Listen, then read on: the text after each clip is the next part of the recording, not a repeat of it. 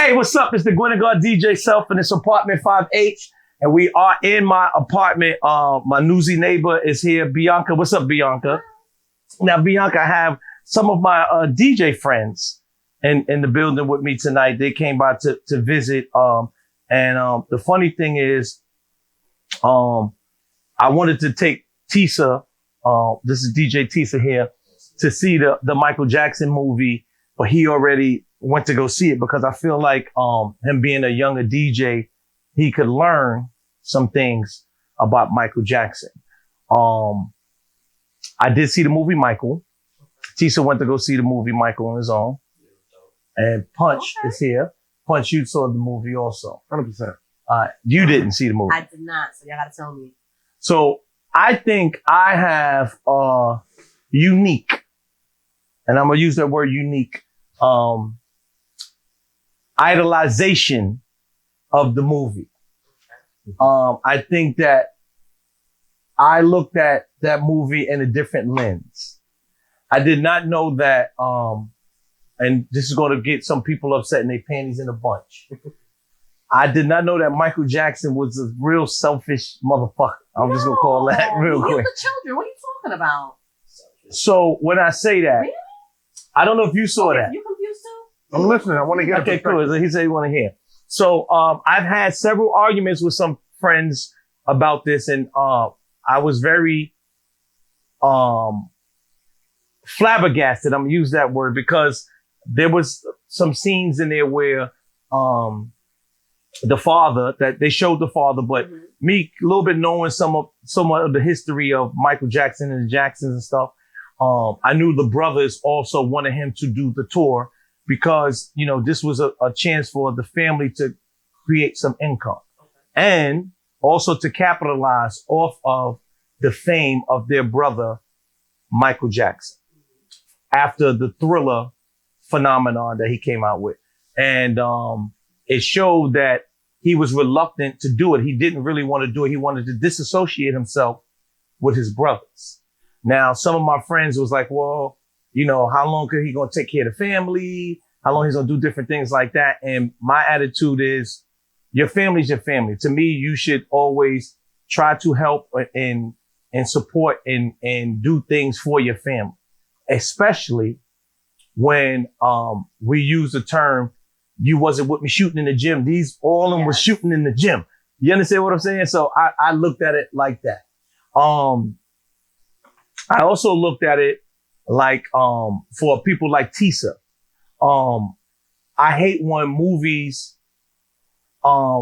show things that's not, I don't want to say, because they didn't say that this was factual, but they insinuated.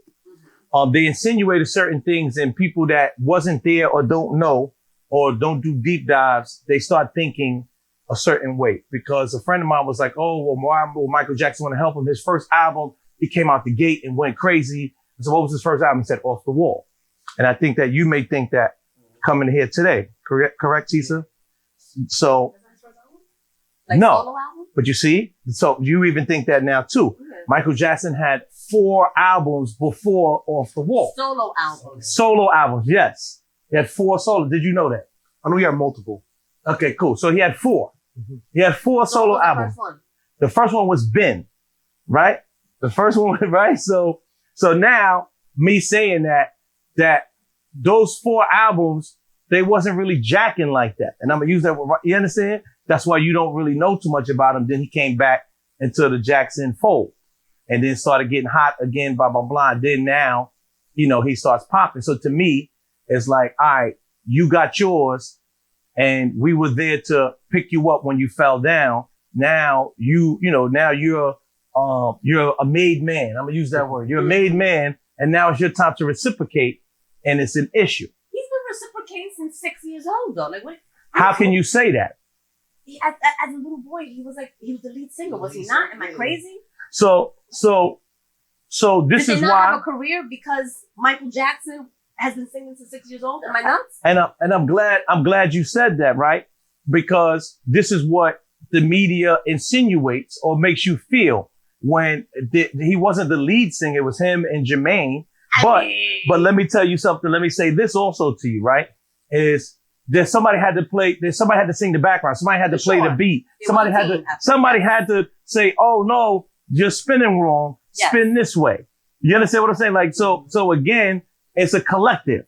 Yes. And especially these are your brothers. Correct.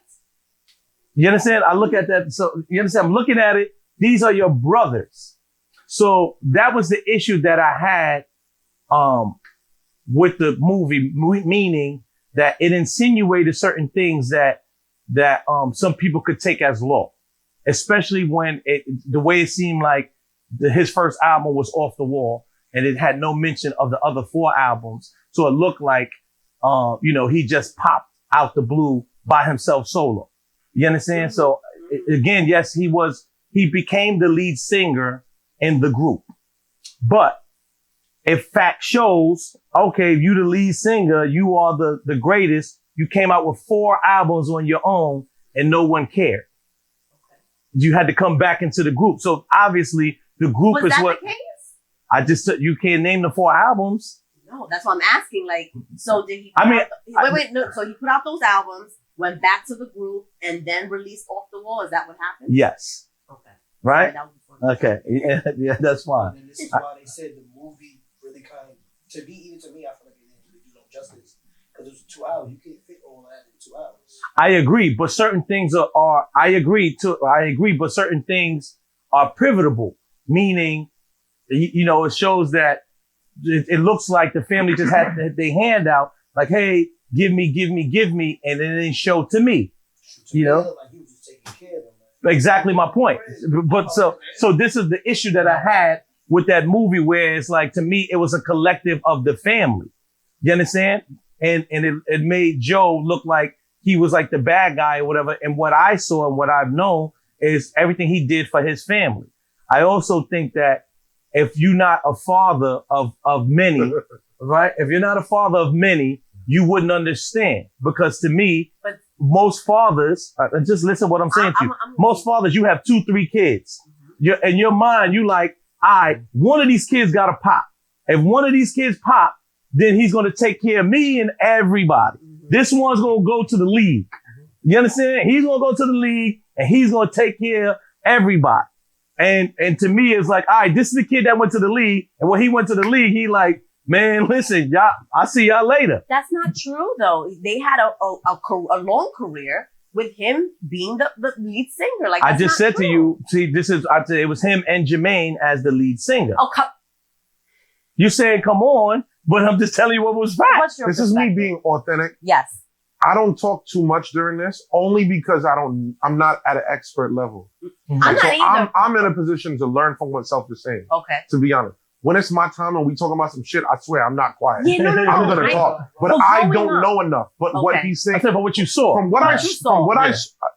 I'll say this: from what I saw to understanding Hollywood, let's just call it Hollywood for a second, and to understand and have been around artists and movements and time periods, I know that the normal fan just sensationalizes every single run. Mm-hmm. I've not been a part or around of any run where I haven't talked to someone on the outside and they have it so wrong. And I go, this is unbelievable. Mm-hmm. But I have to remember that just means that when I was there, again, in mirroring and metaphorically between both time periods, is that I did my job to make people connect to these things. Mm-hmm. So I can only imagine, like, anytime that we're talking about stories from the 70s, 80s, even the 90s, 2000s, it started to gear a little bit off, but still early 2000s, we got to remember that all press, all media, all stories, all content was just delivered to people. Right. So whatever was narrated, unless you were there and you had to be a very educated person or a music lover, again, that's why I'm being so graceful of just being like, the stage is yours, bro,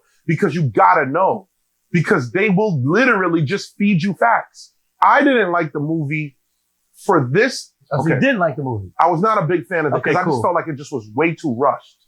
And I felt like there was absolutely no level of trials and tribulations for Mike other than his father being mean to him as told in the story. You get me? Mm-hmm. But I grew up, I idolized my entire career, my life, my mindset is designed behind Mamba mentality, right? Which is the mindset that Kobe Bryant operated and lived off of. Like, I'm going to make myself better. I'm going to go hard. I'm never doing enough. I got to go harder. I got to be greater. I got to be better. Me. It's all my fault if I don't. I'm going to go work harder. Cool. So when I see Joe spazzing like that and I'm looking at him, he's like, it gotta go hard. And I've watched, and this is not everyone, but I've watched a lot of female responses that were like, he's just mean. It's abusive. It's just too hard. And I'm like, people haven't really ever had to watch somebody become great. When you're great at something, you get what I'm saying? Even let's talk about, Matthew Knowles. And I don't want to shift too much, but I want to be real. And people talk about it all the time, like, Matthew is a piece of shit. He's mean. He's this. He created Destiny's Child. He was doing similar mirrors as what Joe was doing to the 5 boys, as what he was doing to the original 4 girls. You get what I'm saying? Like, he was on them. And people are like, he's mean. He's this. But then we see the greatest ever. You get what I'm saying? Or one of. So I don't think people have ever been close enough to greatness to then have to watch the coach or the trainer make the greatness. And then they kill Joe Jackson. No, I don't know enough. I'm only talking about what I've seen. From what I've seen, Joe was a monster. Mike was amazing. Mike got hot. Whole family's just lucky to be around him. He loved animals. No one understood him. He never had a girl. He never liked a girl. We know nothing other than, I just have my animals. They're my friends. My family doesn't like me. Here you go. I'm just famous and I'm huge. I just looked at it like, this film was for Michael fans. Yeah. And it's going to make hundreds of millions of dollars. I can't even understand the calculations of it, but I can only imagine. And it just didn't show enough friction for me to believe everything that I saw. I just know that it was very Hollywooded. If y'all understand the wording that I'm using, but that's just it. So I'm not a fan of that because I saw no friction. You get what I'm saying? Like, none. You get what I mean? Like, again, not saying that he needed it, but like, it wasn't cool when he had the animals. It wasn't just like, oh, that's just Mike. It's like, this is weird, bro. You get what I'm saying? Oh, yeah, Neverland. What was it? Well, he didn't get Neverland yet, I don't think, because I think this that comes movie like stopped. 88, Yeah, this 89. movie stopped. But it stopped at a certain point. Yeah, it stopped at a certain point. Whack. Like, no, that's not. I mean, well, they have a part 2 also, so it stopped at a certain point. There's a part 2 for it? Yeah. There might be part 4. Like, no, but how his life is designed. Right. If they went childhood to 88, then you got to go to the 80s to the 90s. It's so much more shit. So 100%, that'd be 2, maybe 3 parts. But still, in one, I just didn't see enough friction. And Janet's not even a part of it. She's like not even a human. Right. No. I don't know if you're aware. Like, she's not, like, she doesn't exist. Like, the mother doesn't get pregnant. There's no storyline. They have Latoya. Oh, they didn't even do that? No, Janet I know she had no parts of the movie. She didn't sign off on it. So she's not even, it's as, you know what I mean? Like, it's as if she's not even she's not even a figment of any thought. So the mother's in this. It's just, listen, it gotta be Hollywood. It gotta sell. It did what it's supposed to do, but it's for Michael fans. So I agree. And lastly, my last line, and I'm with you to land it. It's a movie, not a documentary. Right. So I think that we got to give grace to that. It's a movie, not a doc. Well, the reason why I'm not giving the grace is because it's also a movie that depicts information. And that's why I said to you that the way it says, the way it don't say it. Let me not say that. It kind of too. But it makes it seem like his first album was off the wall. And he came out the gate. Smoke. When he left his brothers, he came out the gate and smoked them.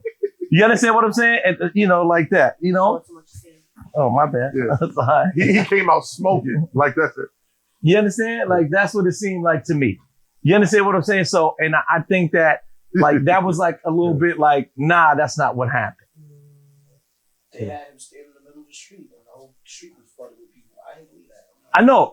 That did happen in a point in time of Michael Jackson, but to me, that happened after 5-6 albums of you with your brothers and you on stage, and and a lot of times, I feel, this is just my personal opinion also, I feel that you look better when you're around people who are not as better as you. So the optic is that you are the better when you come from a group. Because when I say that, meaning there are people that's in a group that you always wish, I wonder how they sound by themselves.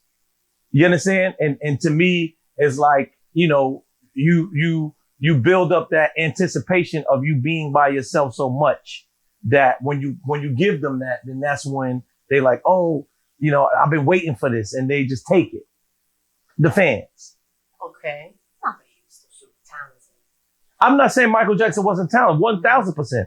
1,000% super talented. I think all the brothers was talented.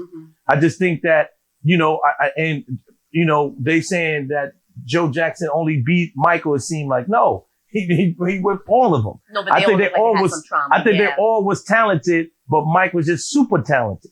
So again, and then somebody could say, well, how come they didn't have hits or whatever outside of the Jackson 5? I've heard that, right? And then I say, well, obviously people don't know their history, because I do remember, and I'm not old enough to remember Thriller. I'm old enough to remember Bad. And when I use that, I remember being a young kid and it was like, Michael's going to premiere Bad on television on TV. So I'm old enough to remember Bad. Mm-hmm. I'm not old enough to remember Thriller. But I am old enough to remember that Jermaine Jackson had a couple of hits that outsold Michael in the beginning. And the reason why you scrunch up your face is because, similar to what Punch just said, the media serves you this and all that you keep showing you this. So now you wouldn't even say, oh, this is what's true or what's law. Sensationalized. That's true, because I was really little, so, stories are going to be marketed. You get what I'm saying? Michael Jordan, watch this. This is identical to the Michael Jordan story. A lot of people go, Mike, just amazing. Mike got drafted in 85. He didn't win until 91. Mm-hmm. You get what I'm saying? Again, didn't win a championship. They'll clip. I know how to, they'll clip. You get what I'm saying? But that's the reality. There was 6 years of no championship. That's not a knock, but that's a reality. But if you ask a normal civilian, Mike always won. Mm-hmm. A normal civilian. We're not just talking about basketball fans and people who have basketball IQ.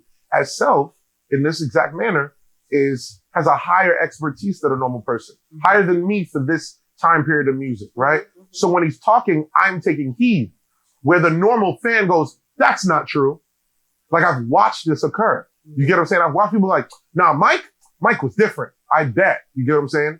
I am of a younger age. I idolize Kobe Bryant. I know the entire Kobe story from day zero. You get me? So I watch that from there so I can watch. So now when I see LeBron fans and they're telling me, I speak up for Kobe because I've understood it. Right. And then I still hear the Mike, just sensationalism. It's just like Michael Jackson. You get what I'm saying? It's just there. Like, this is how certain things are. And if you're not there in real time, you are going to get marketed. That's just how this shit goes. That's true. And he had Michael Jordan had a lot of help from Scottie Pippen, and no one really talked about that. Yeah, it's endless. There are going to be stories. There's going to be tons, and that's just kind of how it goes. You get what I'm saying? Marketing affects the world way more than what we like to admit, because nobody likes to admit that they're being controlled by marketing. Mm-hmm. But we're all getting influenced. Like, there's so in every single space. Like me, I'm humble enough. I understand marketing enough to make me humble to know all of my decisions were made by marketing. Mm-hmm. All of it. Me wearing the Yankee hat. I've never in my entire life ever watched an entire baseball game from inning 1 to 9. I've never have. I don't know if you've ever looked at 1 to 9. Okay, then you're doing better than me. You know what I mean? This is my 115th Yankee hat. This is a marketing decision. Mm-hmm. Why do I have on a Supreme hoodie? I was marketed that this is what it is. Yes, I enjoy the red hoodie with white letters, but it could also have said water. I wouldn't have bought it. Mm-hmm. I've been marketed to enjoy this. And no one likes to admit that, because then they'd be like, nah, I'm myself. I'm an individual. No, we got marketed. And yes, we had decisions that we made uniquely along the way that are of our experiences and where we're from that still make us like certain shit. You get what I mean? But majority of our decisions were all marketed. I have on Jordans. It's just what it is. I was marketed to like it. Now, as an adult, I just think that the 15, 16 original designs are the greatest designs of sneakers ever. I can't even change it. You get what I mean? Like, I can't. Like, I want to like other silhouettes, and I'm like, but it ain't that. Yeah. I'm already marketed. It's already cemented. I was a kid wishing my mother could afford it. So I desired it. I wanted it. I probably fantasized, like, I just can't wait. And then when I finally got enough money and when my parents were able to afford it, and then when I became an adult and gave me my own money, what did I do? I bought everything that I always wanted in accession because I was marketed. So we all were marketed, Michael Jackson, how the label wanted us to view it. And then the movie is like, hey guys, you might not know it again, but you're being marketed again, here again. And that's just what it is. So we get blurred. We get blurred truths. You get what I'm saying? Like this More is just. so Well, I know now. Michael Jackson fans gonna be mad at me. I just looked at it from a Yeah, they different coming for you. lens. They coming. Yeah. You know? I just looked at it from a different lens. Do I enjoy all Mike's most of Mike's albums? Yes. You know, but I also remember you know, being a child when all this was going on. And I do remember there was a point in time where people didn't really rock with Michael Jackson neither. Remember, there was a big point, and you may not understand. There was a big point where they was just like, you know, he could have put out anything, and they didn't really care for him. See, this is the same thing when he's talking about with the marketing part. Yeah, no, I mean, I was Because and you know, when I was watching, it was bringing me back to a time when I was a DJ, and I'm like, I remember someone would give me a Michael Jackson record, and I'm like, I don't want this. I'm never going to play this anywhere. I do remember this. All right. And I remember, what got me back into the Michael Jackson fold from the Thriller era was Remember the Time. Mm-hmm.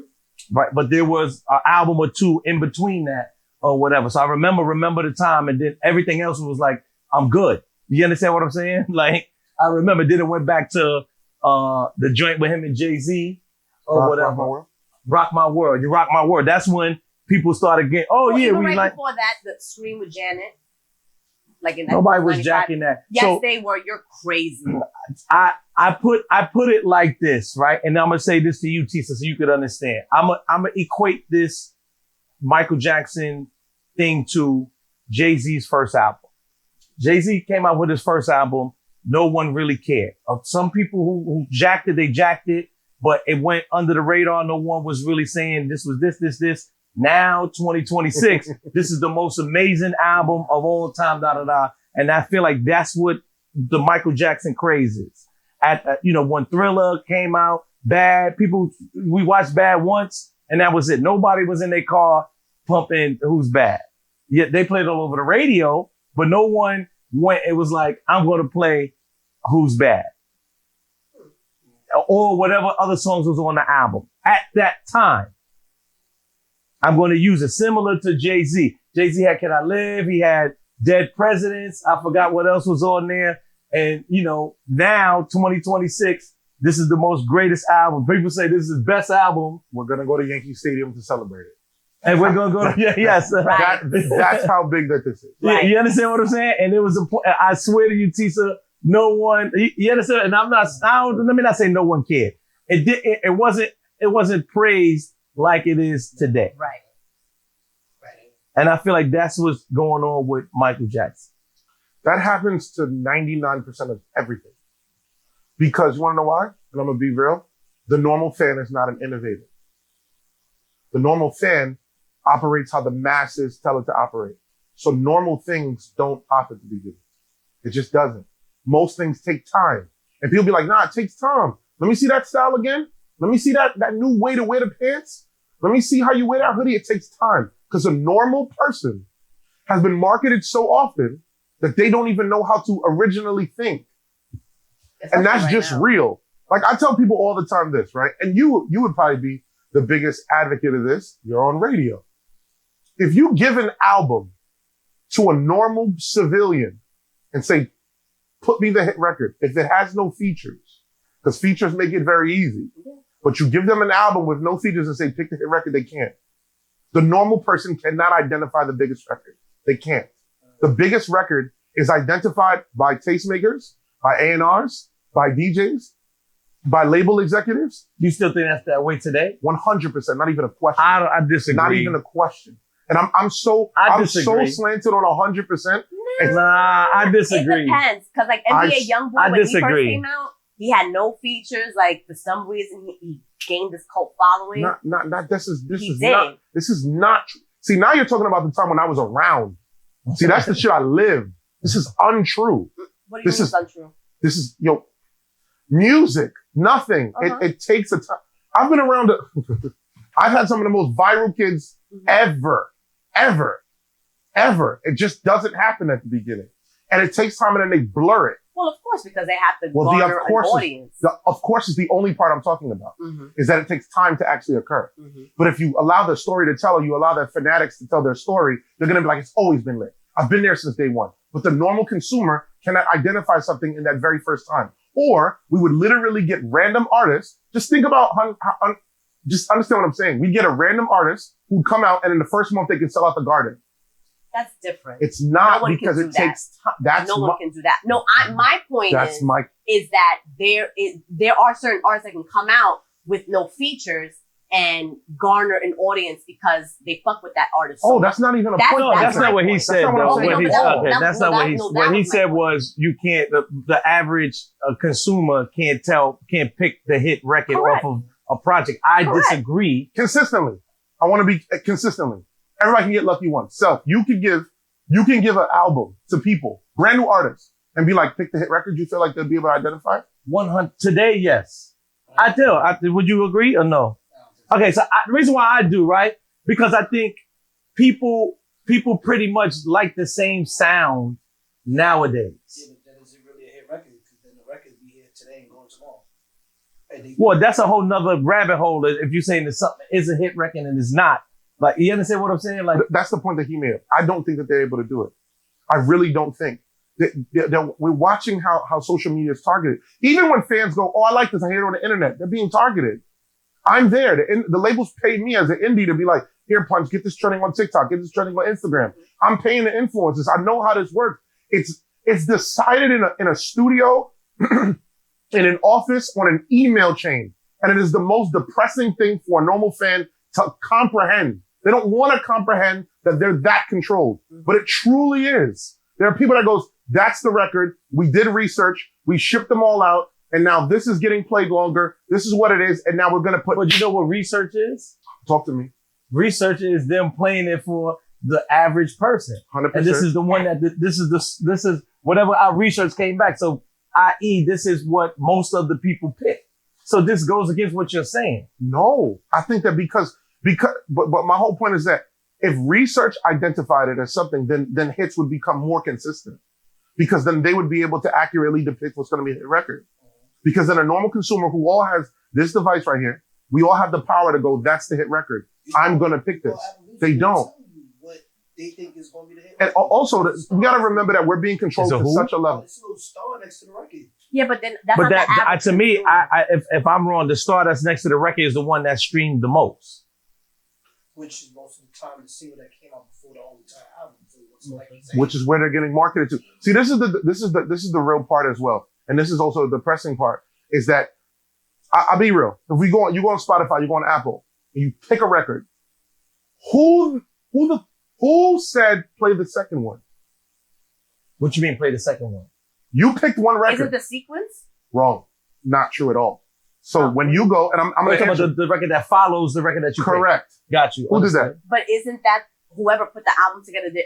Now, When I you're would talking like about to an album, think, I'm talking about She's playing talking one about song. like when you playing a song and what don't that go by the algorithm of what you listen to? What that goes by, and this is the actual proof. This is actually a Okay. fact. Apple and Spotify, they all have a data-centered algorithm that all emphasizes like you're a 40-year-old man, he's a 50-year-old man, she's a 30-year-old woman, whatever. It could be 20. I don't know. Don't Thank take you. that wrong. You get what I'm saying? Like however it is, and they go, this is the person. They're from this city, and I'm targeting this. And this is where the ads. I'm Sony, and I want to push Ice Spice to 25 to 35-year-old women that are from Queens, Bronx, and Mount Vernon. And that's what it is. Now, her friend could be in the same room with her, sharing the same Wi-Fi. They could have been best friends that whole time. But when she signed up for Spotify, the demographics. she signed up in Virginia, and they will not get served the same song.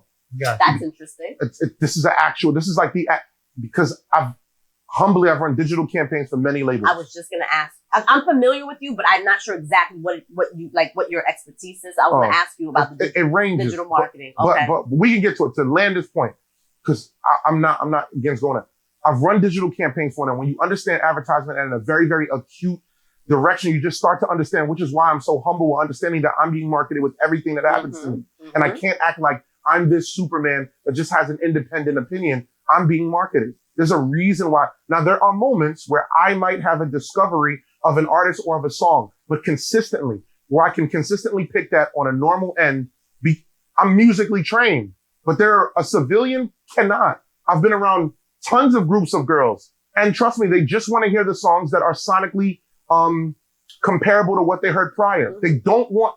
That's why. And again, you will be honest. If you're honest with me, Self-know. You can't play shit that I just love this no matter what. After a while, the radio's gonna be like, sir, you get what I'm saying? And if you were able to do that one record or two records, say that again. Where you're able to just, you can pick a song that you like, but you still have to sandwich that with songs that everyone loves.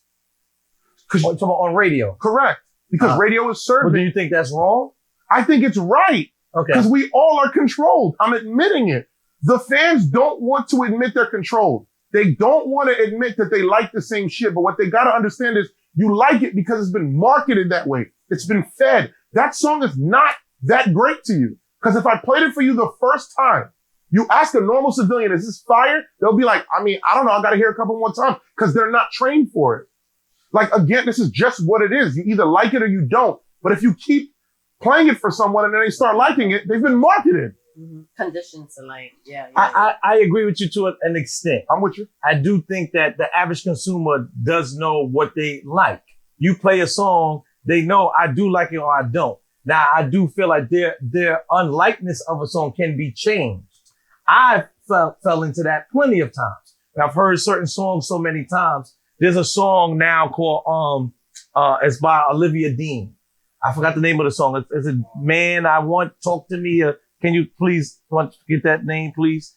Just for what you go. So it's a song. It sounds like a, I haven't heard it so much that I like it. Yeah, so I like this record. I didn't like it when I first. I was like, what the hell is this? Are you not marketed in that exact point? Well, if you want to use it, so I'm saying that yes, that your views can be changed. What's the name of the song? I don't know. I just want to make sure. Because in theory, where's the song that you typed? I don't know. I just put it in. Pure Cocaine. Oh, I was listening to that, Lil Baby. Shout out to Lil Baby. While he's searching, to be very real, this is my point. Once you start getting marketed, your opinion will change. Authentically, your opinion was your opinion. 75% yes. So do you feel like this still works in the club as a DJ? Works in the club and what? Man, I need. Say okay. you Man, I need. And this record came out. Say it went legit, and nobody told everybody that's the hit song. Yeah. And you, the DJ, just kept playing it. You feel like you could change the mind of the club. The better the DJ, the more chance that you can. I've broken records in the club. I know for a fact I have. I've broke records, and if your mic game and that emotional pace of the room, and you've built up that's what the DJ's talent is. It's to influence and market inside of a moment. So you feel like the DJs could still break records? A very small list of DJs can, but the better the DJ is, the more chance that they can to change the emotion of a room. A DJ can break a record, 100%. And a DJ is most likely to break a record in front of a crowd than anywhere else. Than if they're just playing on radio, because there's a control that a DJ can have when a DJ is looking at 1,000 people in front of them and they're watching that and they're seeing it like, all right, I'm going to get this crowd moving. Finally, I got these arrogant girls. I think you can do that on radio too. I think, a lot of people may feel like they hate this strategy, but Flex is very good at that with throwing bombs. 100%. You understand? So I think, yeah, throwing bombs and stuff, like and that. And rewinding it over. Yeah, and bringing it back, like what we call the pull up. Yeah. You understand what I'm saying? I think that, so I think it works on radio too. I don't know if you got a stink against radio or something like that. Me? No way. Yeah, you threw like 2 shots at radios. No, I didn't throw any shots at radio. Okay, you did. No. I get. I didn't throw no shots at radio. Like with Flex? No. I just said radio. I didn't have no shot at radio. You just said you can't really do that on radio. You can do it. Because I don't think it's as That's a shot. No way. I think let's take you specifically. I feel like you are much more influential in front of 1,000 people than on the box. Because the box, I know the box can affect more, but you can really, I'm still a believer that there are certain talents and superpowers that niggas possess that you put in front of them, that if you really got that glow on them wheels, that you can change that room. I think both are equal. And that's just me. Yeah, but that's not a shot at radio though. And I'll take that as your opinion. No, the reason why I consider it a shot is because you saying that you don't think it could happen. So I feel like that's how it can happen more. Being in front of someone. Facts. Oh, I agree. I think in person, that's just the same way as someone performing a record as opposed to hearing it and you're performing. So we on the same page? Yes. No straight to the radio. You didn't say more. You said that can happen. You know what I'm saying?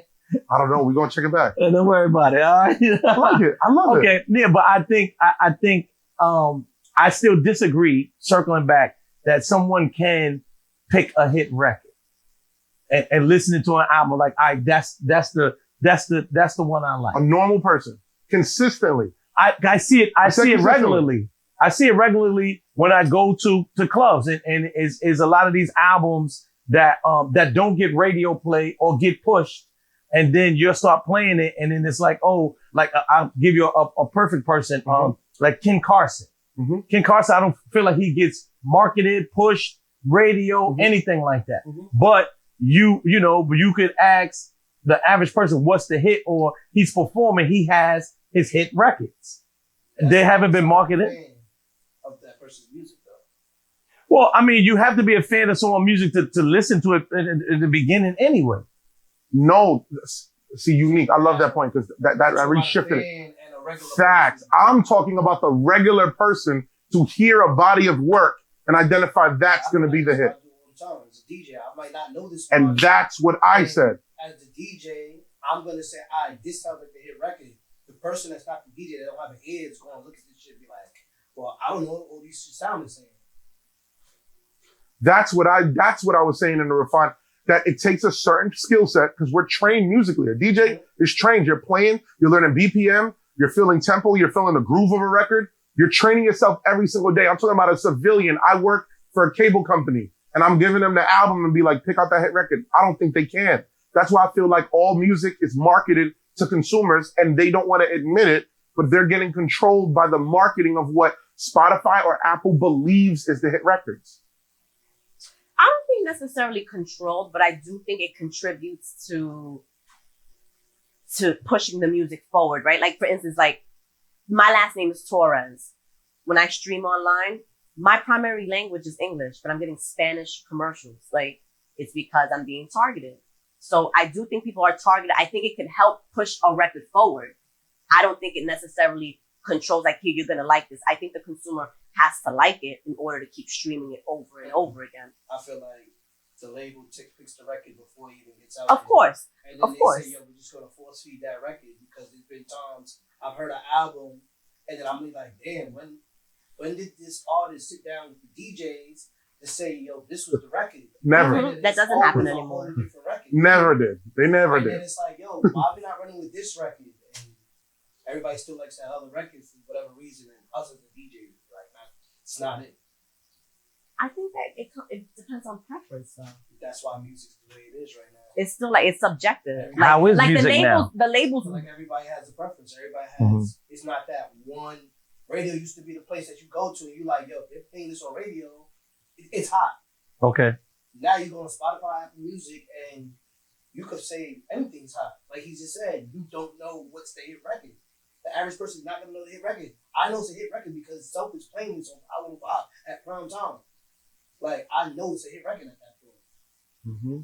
I feel like the fan is so compartmentalized and they're so segregated that right now, and I had a talking point in the tape that went pretty viral, where I said, I do not believe, and a lot of people started, a lot of other platforms started to just take my take and then respond to it. I'm the original one who said to take that. I do not think there will ever be another smash, not hit, smash record in our culture ever again, because we will not be unified enough, because the information, the way that we receive music is too segregated. I feel like the last hit record is either going to be a Not Like Us or No Kid, and it'll never be another hit record again. Like a smash. This is an Aubrey room. I don't know if No Kid was a smash, though. I don't think Yeah, I don't think it was a smash. This is an Aubrey room. I'm with you. Okay, but that is a good example. I don't think will ever happen again. Of being controlled, marketing, controlling, and making people think it's a hit, but it wasn't really a hit. Like, Not Like Us. No. Nokia. Nokia. Yeah. I don't know if anybody said that was a hit. They made it seem like it. Online, they made it seem like that. Okay. Yeah, they did. I very much love that record. It was marketed 100%. It's 100%. I mean, that was pushback to it. That's you get a what good I'm saying? example of it. Again, but at the end of the day, I don't think that we're ever going to have another smash where it's just total where everybody is unified like this, because you receive music from Apple, he receives music from Spotify, he's from Tidal, I'm from YouTube. And again, I'm just bullshitting, but I'm just saying, like, we're all getting it from different. Then there's a kid who gets it, and then our algorithms on those platforms are all separate. So when you go on for like I tell people all the time, if we went on the top 10 on Billboard, for the first time in like the last 2 or 3 years, you could literally play records that are on the top 10 and people could be like, I've never heard it. Where back in the day, we all knew Britney Spears, you know what I mean, One More Time, and that wasn't our demographic, and Backstreet Boys and NSYNC. And that's how we can still connect to those pop records, even though we were all from, diverse communities from the other side. Right, but it was still streamlined though.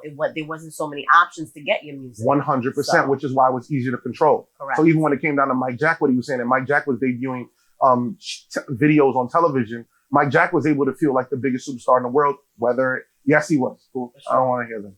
You get what I'm saying? So the end of the day, because I know how the stupid shit goes. They clip and they go crazy. But the reality at hand is that he's the biggest superstar because he was able to control literally 10 or 15% of the media for an entire moment of every media source that come on visually. When you're home and there was only 10 channels to choose from and he was on one, that's 1 out of 10. You control 10% of everyone's attention. You get me? Now, to control 10%, you'd have to run Apple, iPod, you'd have to have Spotify, it's ridiculous. Absolutely. It costs so much money.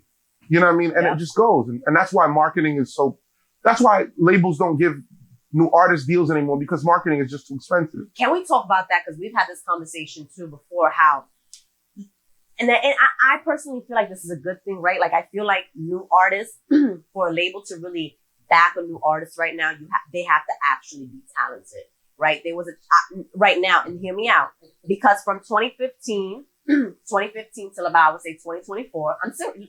First of all, I'm in the music industry and I have a background, okay, so I know what I'm saying too. I'm with you. Okay. So from 2015, 2016, 2017, a lot of artists were getting signed just off the fact that they were going viral on social media. Is that not true? That's a fact. That's a fact. So I do feel like there's been a lot of scaling back in the music industry. A lot of new artists aren't getting signed as fast as they used to. So I do feel like labels are being choosier. Hence, I would like to think that the choosiness is coming from they have to see that you'll actually sell. Oh, but you said talent. Well, I would like to think that there's talent behind it now. Yeah, but I totally because disagree. I don't think the numbers, following, views, I don't think that plays as much of an intricate role. It still plays a role, but it's not the end all be all to an artist signing to a label. I don't believe that at all. Like the actual talent. I don't believe that at all. Being independent at this point, the actual talented artists being independent. Yeah. Why do you think that? These don't got time for gimmicks. Yeah, I don't think. I think if we called any executive, I mean like 95%, 98% of the decision is all about their actual data, and talent would probably be the other 2%. At all, I don't like at all. Like right now, I'm in these label meetings all the time and pushing in the A&Rs, literally speaking with A&Rs. They're not signing on talent. It is cool, and there'll be an A&R who'll try to get some clout off this, have a motherfucking ball, and try to be like, I'm signing off the talent. Let me see the last 5 signings that you have before you talk. You get what I'm saying? At the end of the day, the reality is they're signing off data, which I understand because I understand the business that they're in right now, which is the most expensive thing for a label to do for an artist is market them. So if you have no data, but marketing is about the data. The data is about the reach. It's about the fan base, about the engagement. None of that is the talent. The talent is a skill set. That isn't monetized anymore because it costs too much money to get this to happen. But I also think, I'm not going to say it's the end all be all to have the talent, but I think it's more than 2% because if that was the case, a lot more artists would be signed. That's cool. Can I get one name if you had I don't know if you had a. No, I don't have one in mind. There's too many. That's my point. Yeah. There's so many new artists and we already know it's like every month. There's so many new artists. I don't think those new artists that are popping out, even with the numbers, they're still not getting signed. I don't know. I don't know. There's nobody with numbers that's not getting signed. Yeah, nah, they're getting deals. Yeah, they're getting deals, but they got numbers and stuff. Yeah, I've seen a lot of artists, even with the numbers. Like a lot of artists have. Or they may not want to be signed. A lot. That's what it might be. They may not want to be story signed. Not to be signed now. Well, that's been the case. That's been the case. I'm independent. You know how many artists used to say they were independent and they were not independent? It was all bullshit. They just didn't announce that they were signed to a label. They were taking the money, using the marketing budgets, but they were signed to a label. They would just say they're independent. Trust me, it happened a lot. Yeah, 100%. I'm only talking about now. Like now, again, to land it back in specific landing, I don't feel like talent is a thought process. I think the labels will lie and they'll say that they're looking at talent. I think they want to. But I think that I could walk 20 artists in that are talented right now that have no engagement, and none of them will get a deal. But that's my point, is that you have to have both.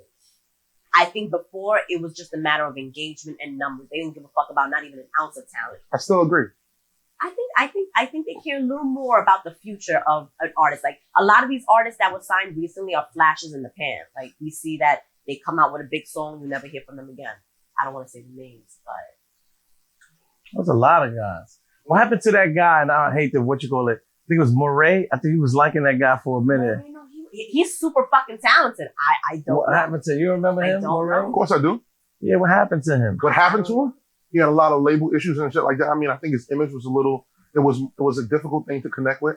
I think what happens is at the end of the day, it's a difficult thing. He came out around the same time as Rod Wave, no?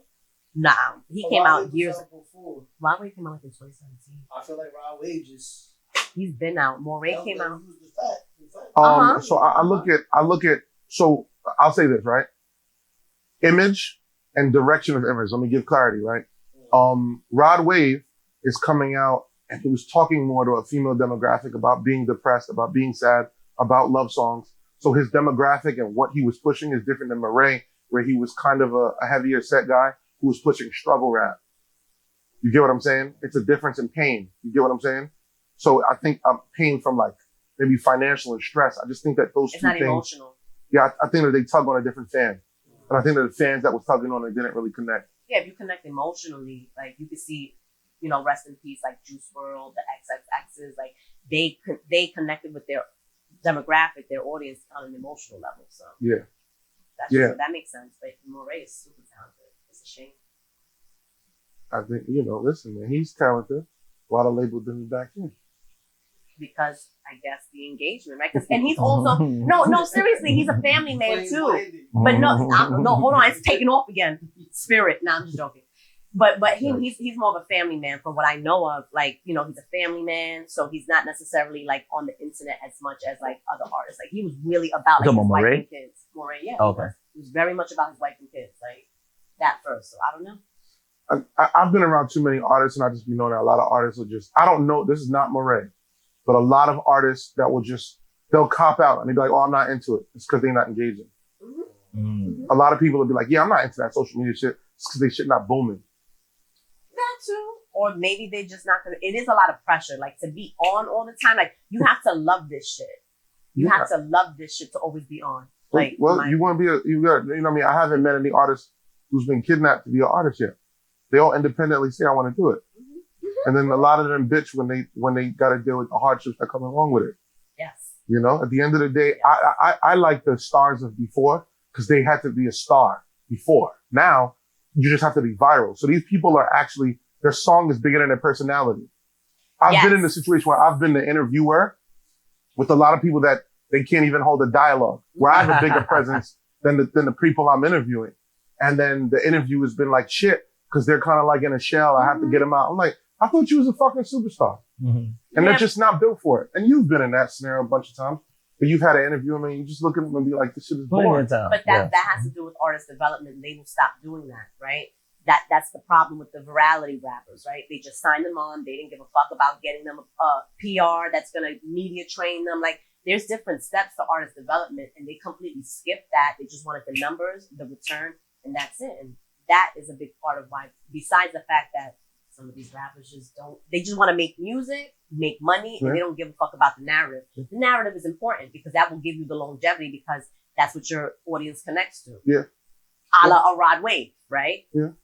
Like he doesn't really talk too much, but he has a narrative. Like people know his story. Like he's always sad. He's emotional. Blah, blah, blah. Always sad. You know what I mean? No, he's so sweet.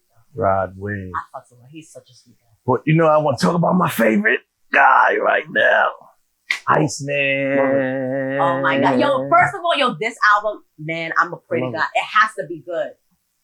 If it's not good, like, it's not going to be good. The only thing I'm going to say about that album, I feel like if he come out with this album and he's still talking about those other guys, he's got to get over it. He got to get over that whole thing and just make good music at this point. I don't think he's going to talk. So, I don't think that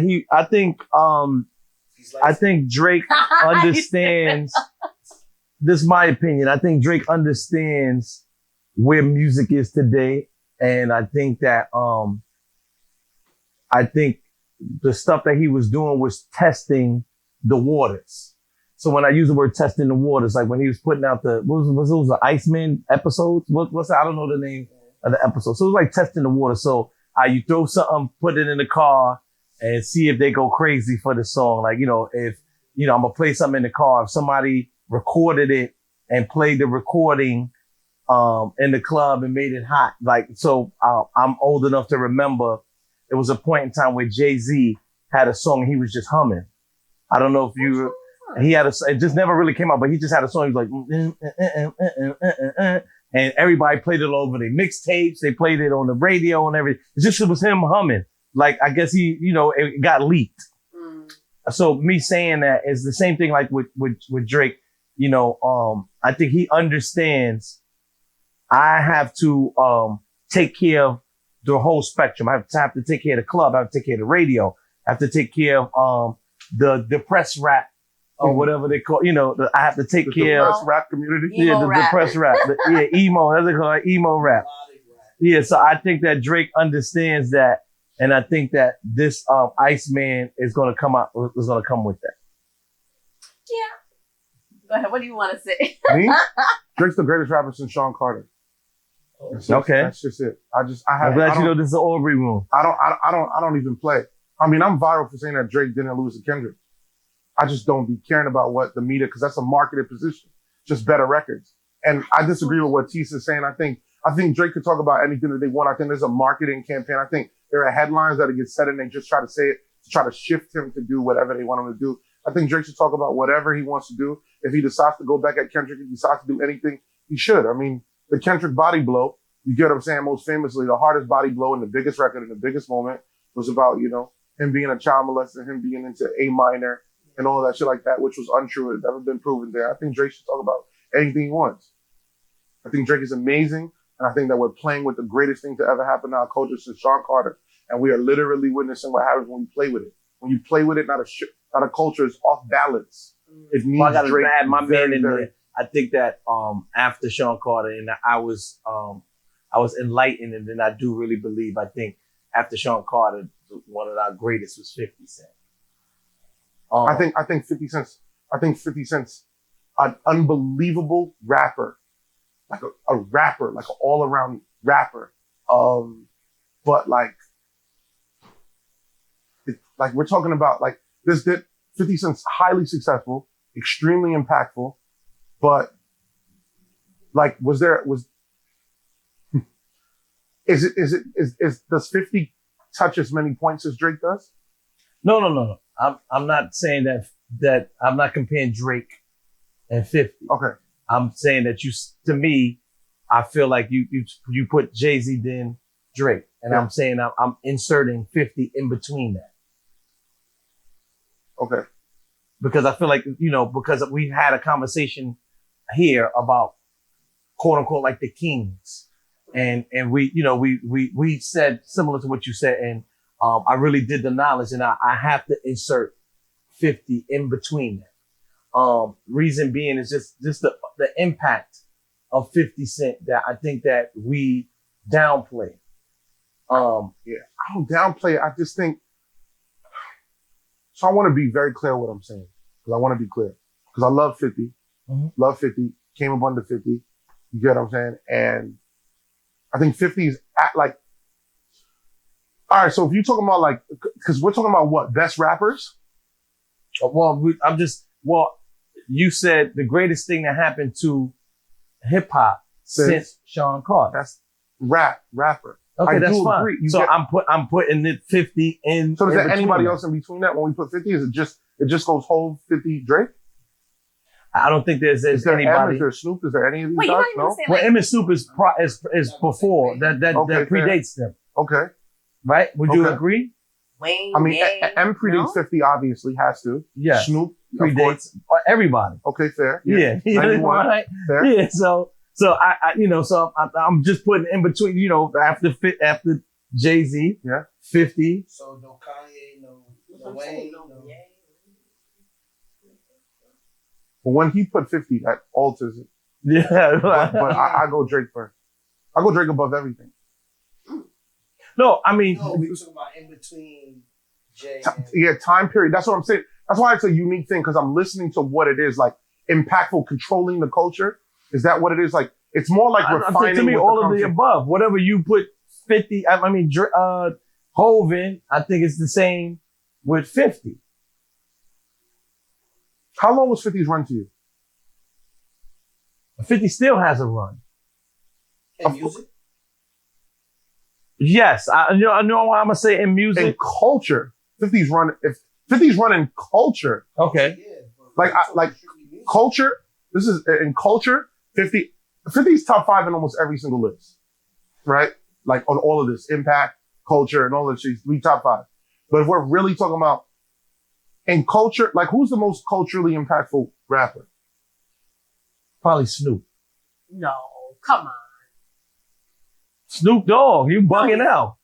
I'm with you. Snoop Dogg. So if Snoop Dogg might be the most recognizable rapper and everything of all time. Recognizable And coachable. Yes, No, Snoop Dogg, those you two different bugging. things. I'm with you. Snoop. Snoop. It's You go- Snoop. Where do you go with it? I'm not mad at that. No, at all. you bugging out. Snoop Dogg, yes. No, he's not. Snoop, S-N-double-B-O-E. I've never heard someone say I wanted to rap because I heard Snoop rap.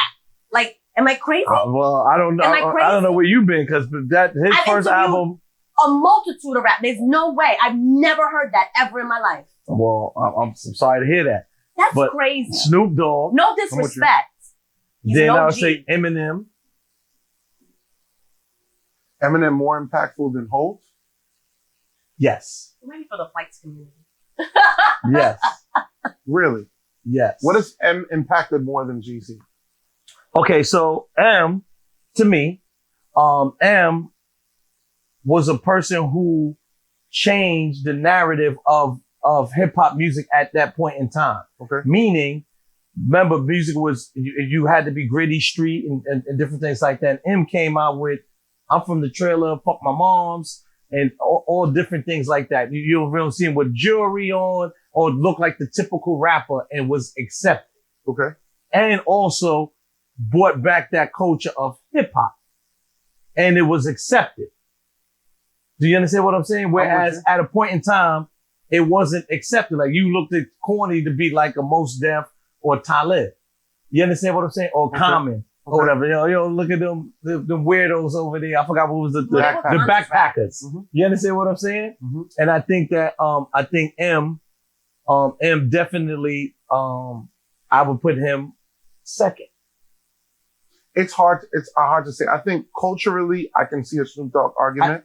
I can see Snoop Dogg. I think Jay-Z did what you said earlier in today, was he was marketed to you where you feel like Jay-Z was this great Epitome of everything. yes. I go Hov, I go Kanye. Like, these are the guys that because Kanye, you would put Hov over Kanye. I would put at this exact point right now when I'm really it's very close to me between Hov and Kanye, but I put them as 1, 2, and then I put Snoop as like But who you culturally said impactful. one? Yeah, I mean, if I have, because Kanye is just, Hov has done a lot. Hov has done a lot in reference with fashion on how culture shifts, in reference with how people are looking at certain shit, in reference with it. I would probably put Kanye, if I really had to go, I'd probably put Kanye like a hairline above Hov on impact of the culture. Because what Kanye has done fashion-wise and multitude of things, he shifted fashion about 3 times. Then he shifted footwear, and legitimately, Hov wasn't capable of shifting footwear. Mm-hmm. We give Hov credit for maybe the Air Force One sometimes, but then there's other variations where they'd be like, yo, that was more. I think you Okay. giving Hov more credit than giving Rockefeller.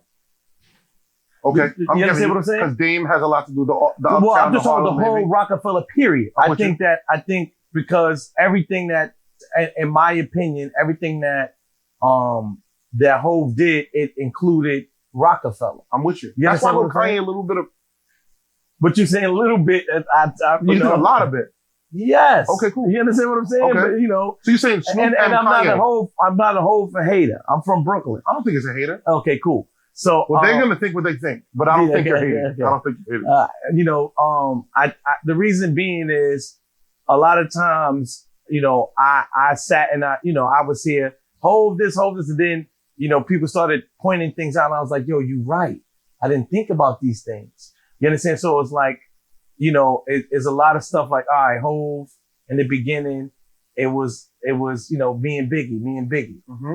You know, Biggie's gone now. Then he attached himself. Who was the second person? Was it the Diddy phase, right? Or the Rockefeller? I mean, not the Rock, the Rough Rider type phase. Mm-hmm. Then after that, then he went to the Philadelphia phase. True. Then it was the Pharrell phase. You call these phases versus what he's doing, like, yo, he just understood that people around him also raise the temperature? So now these people, Because it's arguable that Hove made the Philly market that wave. No? No, I think that market was a wave and he grabbed onto it. But these other people that we speak of is no them and other people. I don't think there's Snoop and someone else. The most you may say is Snoop and Dre. Mm-hmm. The most you may say.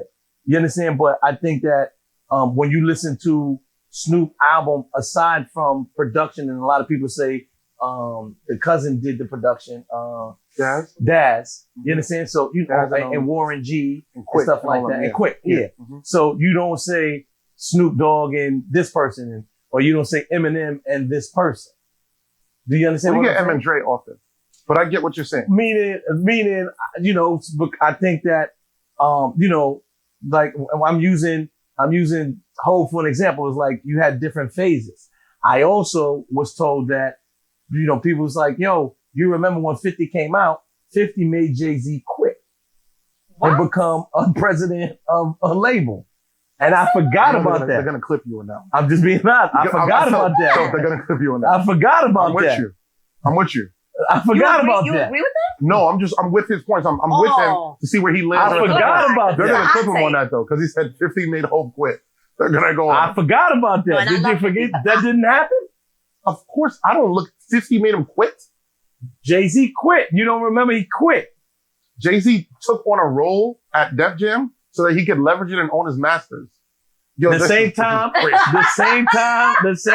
when 50 came out. 50 was OD bullying, but Hove didn't. So you feel like Hove was fearful of 50's come up? He said it. He said on an interview, he said, yo, I told my people, So watch out for him. Yo, we got to gear up. 50 coming. Exactly. That translates to fear? Or does that translate to preparation? Preparation is fear. No, it's not. So if someone says watch out, no, it's that not. Term watch out. Insane. Watch Preparation out. The term is watch fear? out. Preparation is fear? Oh, are you serious though? Yeah. Listen, the term watch out. The term watch out. He told them to watch out. He told them because he like, yo, y'all niggas gotta watch. Yeah. Because I'm gonna be good. You grew up in Brooklyn? I'm from the floors. Oh, that's okay. All right. That's all right. That's all right. Cool. Oh, but this is, but that, I don't even look at it like that. Like he just, cause Hove went through the DMX storm and was still able to still stand after the DMX. Was he not with DMX the other boy? Was it him? Wasn't he supposed to be a group with DMX? Well, they were going to be on X, Hove, and Ja.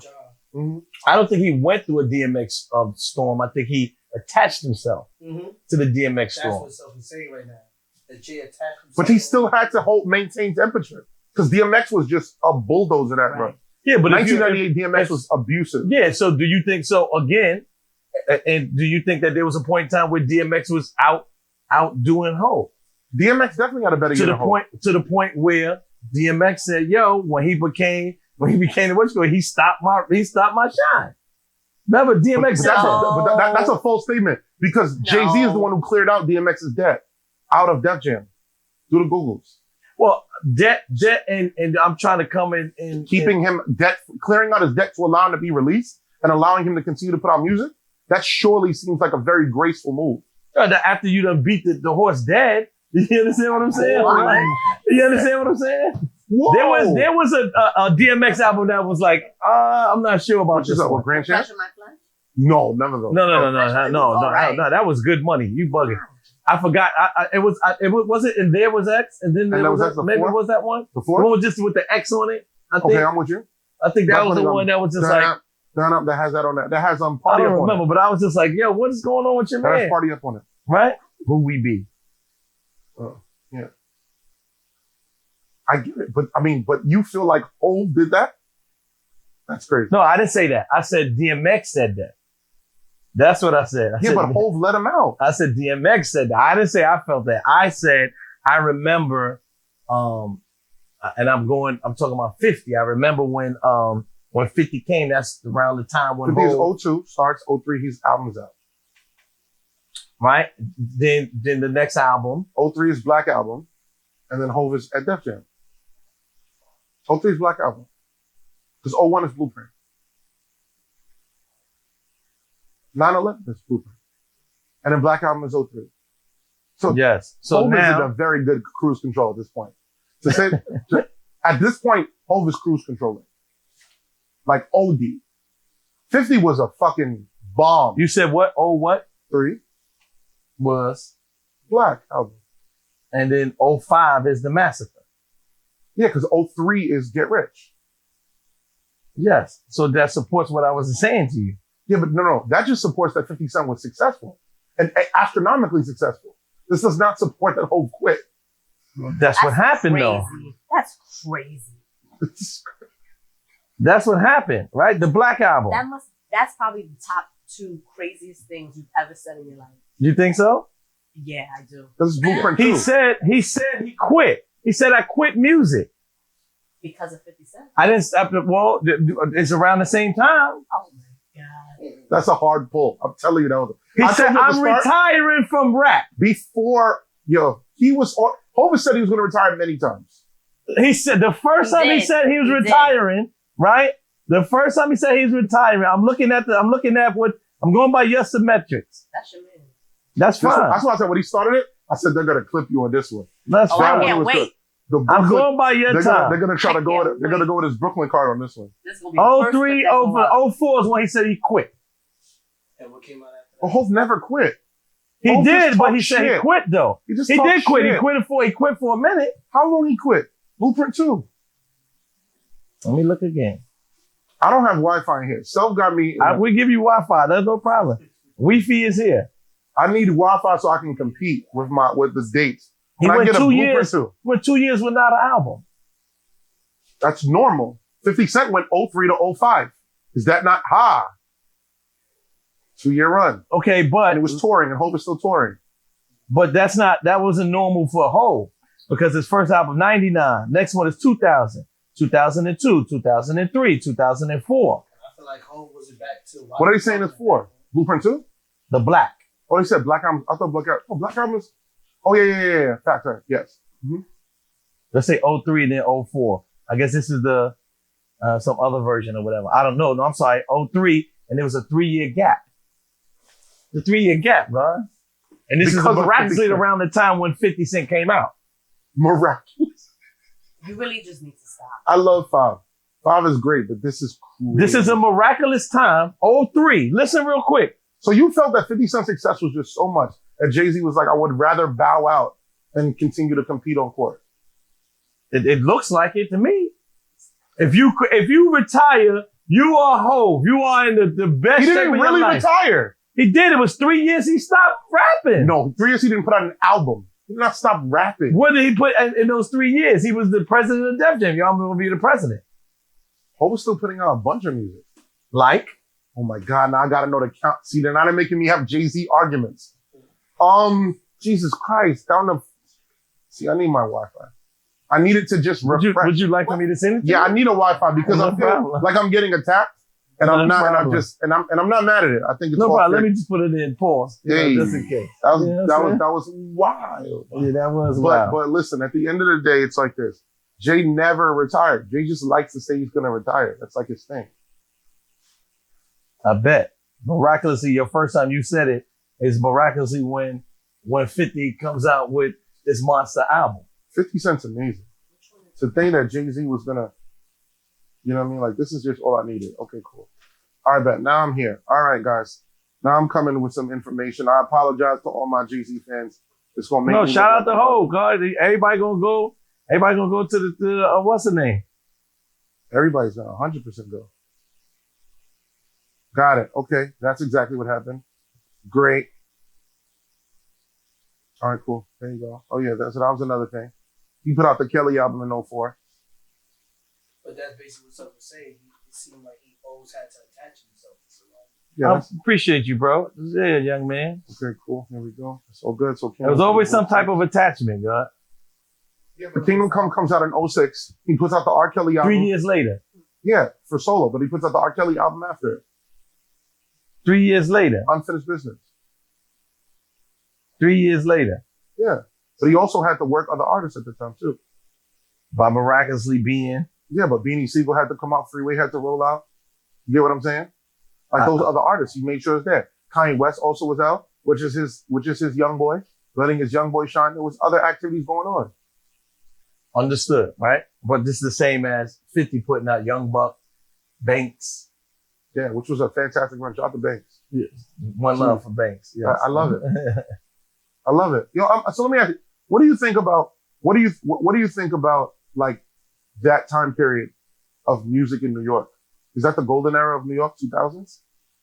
No. 90s?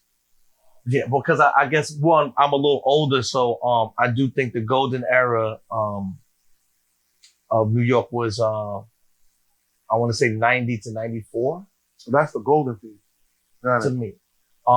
This was when a lot of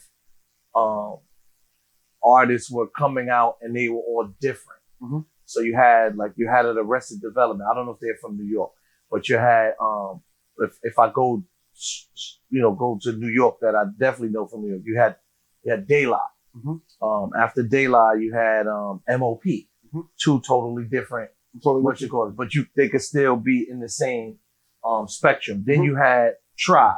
Mm-hmm. To me, Tribe would have been probably like the bridge between them, because Tribe also had a hand in Mobb Deep's album. Got it. You had the emerge of Biggie. Mm-hmm. You had the Black Moon. I mean, the whole Duck Down movement. Mm-hmm. That's a lot of energy. You understand? Like, people forgetting, this whole you had Main Source. You had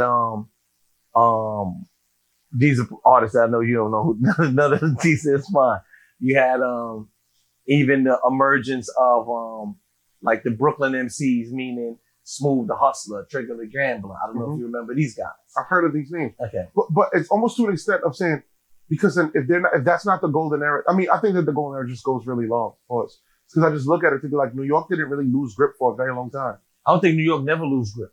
I think that that's a sad thing that people always say. And I think that the issue that I don't know if it's New York or people that look at New York, we don't never attach our New Yorkers to New York. Correct. So when they become a superstar. Mhm. Yes, when they become superstars. Yes. Hov, Nicki, Yes. Cardi. We act Cardi, like they're yes. not from New York. It's like where New York fell off. It's like when, to me, when, because we always had, it was an A Boogie in there, it was a Cardi in there, it was a Nicki Minaj in there, even French at a point in time. And I hate to say even, but French at a point in time. I feel like we didn't fall off. I just feel like we stopped being the trending the sound. Like, this is what music's gonna sound like, and everybody else is following us. Like Trump. We started going to see. We have artists going to Atlanta right now from New York and they trying to take the sound at this point. Like, I feel like, shout out to Cardi, but she has a couple of records on there that sound like You and Magic or something like that. Mm-hmm. Then she has those Starless records, but it should have just been straight New York. But I think what happened is that there's definitely been a trend. There's a lot less regionalized music, but I would say New York definitely stopped sonically trend setting for a while. Mm-hmm. We did. We definitely did. I think that it stopped. I think it stopped in around like 2000 and maybe like 4 or 5. That we stopped being the sonic trend to where the people started to try to sound like us. Okay. Because at that point, that's the birth of trap. Yep. Mm-hmm. When trap really becomes a thing. Yeah, That's, Blue. you know what I mean? And then that goes. Yeah, well, I mean. And that became the pace of what the. Well, and that's also a time when I want to say most of, and people always get mad when I say it, but most of Black people started moving out of New York. Mm-hmm. You understand? And just, I can't skip that fact.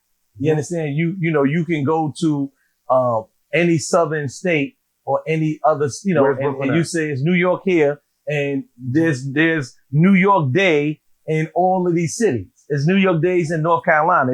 It's Queens Day It's different borough days in these cities.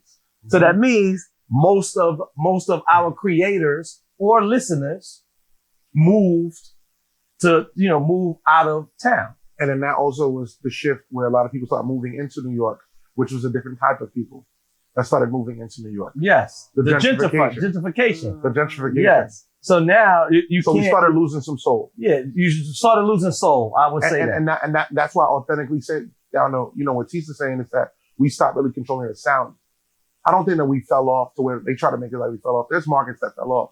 Like we didn't fall off. You get what I'm saying? But we definitely, there was a point when New York didn't have, because we've had big records almost every year, no matter what.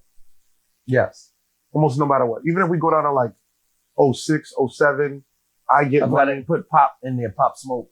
Also, I forgot add him in that What? when we was talking about New Yorkers and that we never fell off. I forgot. Oh, well, I mean, yeah, in the recent times. Cause it's like, even when we go down to 06, 07, 08, we still have big records. Yes. Yeah, I get money. What's This Is Why I'm Hot? That's 2007, I think. I don't remember. That's what That's was the number one. I think it's 07. 07? Oh, I think. Maybe 08. That's the number one record in the world. okay. That was big. That was huge. Again, we don't Mims. give Mims his moment, but he had a moment. Mm-hmm. And then the reggae remix just made it more culturally relevant. You get what I'm saying? So there was moments like that where we've always had it. And then once we go up, once we hit 2014, we had legitimately number one. We had another run. That was another run after 2014 with Bobby and Rowdy. Well, even 2012, because I feel like ASAP doesn't get acknowledged for that either. It was a big ASAP movement in That's 2012 too. It's just that his sound was kind of like Houston, he attributed Houston to his sound. So it's like it wasn't acknowledged to me like a New York run, but that's a New York run too. That's a very valid point. Okay. What's Rocky's first record? Is Purple Swag, and then Peso. I think Peso was first, no? I think it's the same. I think Peso, Purple Swag, and then yeah. I was more of a Ferg fan than Rocky. Yeah, Ferg went up. Yeah, I'll give that. You know what it is too? Yeah. And I mean, you know what it is. So You should these know are these records now, right? Okay, Tisa. All right, cool. So what's Rocky's biggest record at that run? When there's no problems. Was that 2013? Sure, I would have said. I mean, fucking problems. I kind of was going to say Fashion Killer, kind of. Yeah, Fashion Killer around that time. I know. That's like the start of like the I think cult that was records. 2013. That's the start of the cult records. Like Rocky's dope. You know what I mean? Rocky, Ferg, Bobby and Rowdy come 14. Yep. No, MA is 16. Designer is 15. Forgot about MA. Designer is 15. MA is 16. Cardi is 16. A Boogie 16. Fresh is 16. Casanova is 16. These are all records and all moments that had moments. And then 17 is yeah. I think it was 2016. Well, French was 15. always in there too. He always had Well, something. French is before it. Yeah. Because French is from, like, always 10. had something. French is before it. Man, French has always had a record. Always had a record. But I think down to what it is, almost to the ASAP, is that it felt, I think, and that's a New York problem, where it's like we don't champion as much like this is our guy. Mm-hmm. You get what I'm saying? Like this is our guy. French always has records. You get what I'm saying? Always has their records. Like, French going at Ross and Versus. French has a lot more records than what people be thinking. Mm-hmm. French is ready for war. Look at Boogie right now. Who, A Boogie? Yeah. Well, A Boogie, We don't champion him enough. 100%. The problem with A Boogie is that I just think he doesn't talk shit enough. I know that sounds crazy, but I think A Boogie's mistake is he just doesn't talk shit enough. A Boogie has been the most consistent artist since 2016. You think Since so? he came I think out. he's been pretty quiet though within recent years, no? Nah, he always had something. He always came out with something. A Boogie just doesn't talk. Mm-hmm. I don't really get it. I don't get it. It's kind of like what you were saying earlier, where the artists don't show that personality. Yeah. He's one that I just don't get. I think personally, A Boogie, I think New York would yell louder for A Boogie if A Boogie spoke more. Cause he's ridiculous. And just what he does sonically and with the whole hybrid shit and just everything. You get what I'm saying? Like I just think that And he has the accolades to show on top of that. A Boogie's resume is disgusting. And it's just not spoken about often a lot. You know what I mean? It's just not spoken about. Do you feel like drill helped or hurt New York?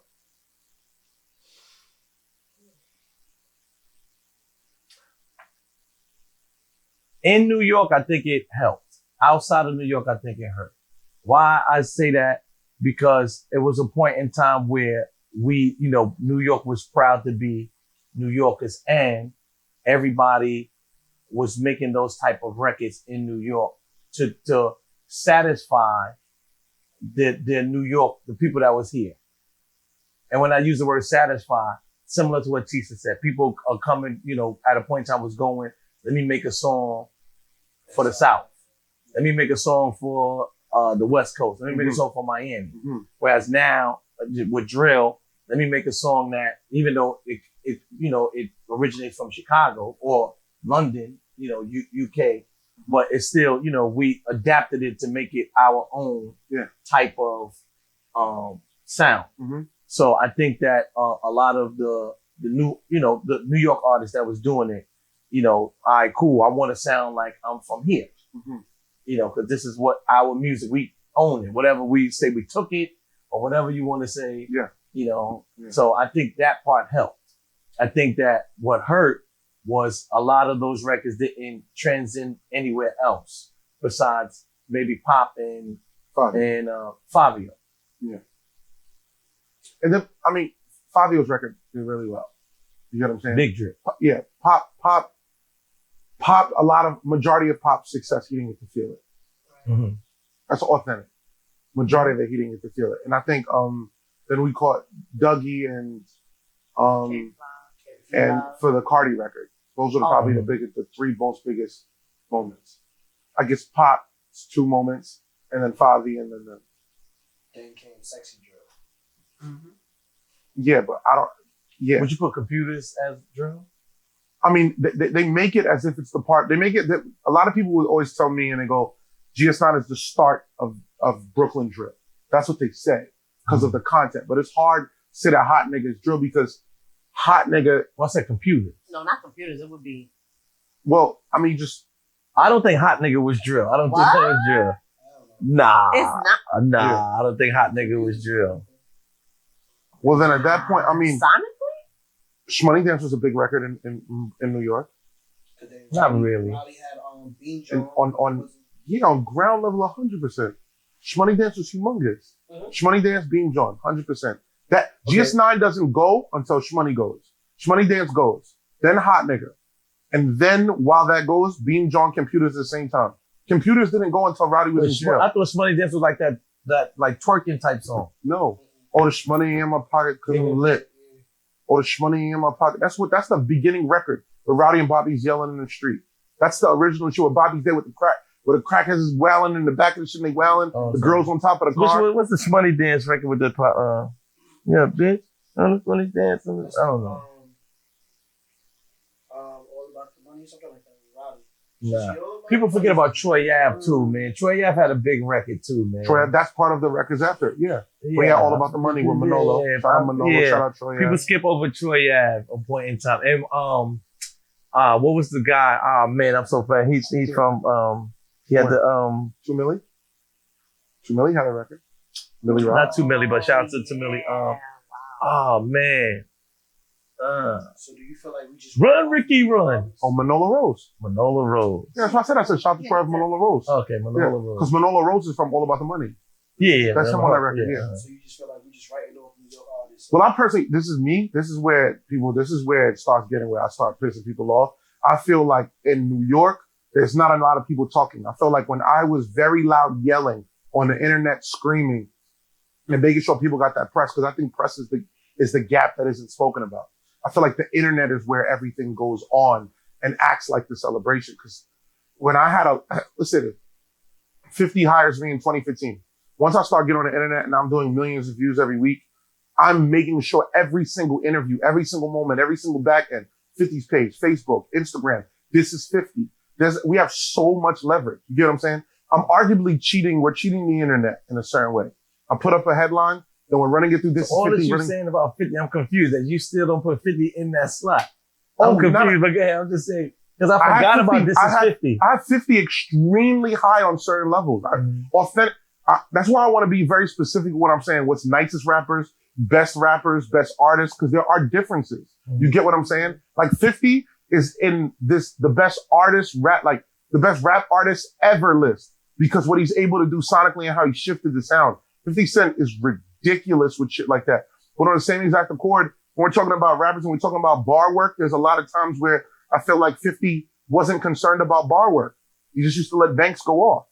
And authentically. Nah, they both had bars though. You bugging. I think Lloyd Banks when Lloyd Banks was rapping, it was. But that was Lloyd Banks' thing. Lloyd Banks is because he was bar work.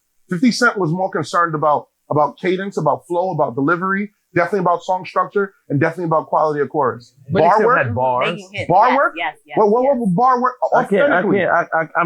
Offhand, I can't. But 50 always had bars. Like Even if you remember songs, and then the fans will go back and bar work. That was not. I don't even think 50 would ever be like I was caring about the bar. 50 was very much about you ain't no friend of mine. You ain't no kin of mine. That's cadence. That's just like playing with his those delivery. was his first records. I'm talking about even Massacre and all that stuff. I think he had bars. It's just that wasn't his concern for the song. That wasn't his focal point. Like 50, obviously he does have bars, but that, to your point, that wasn't the main focal point when he made music. I've mirrored 50 Cent's bars with LeBron James' bag.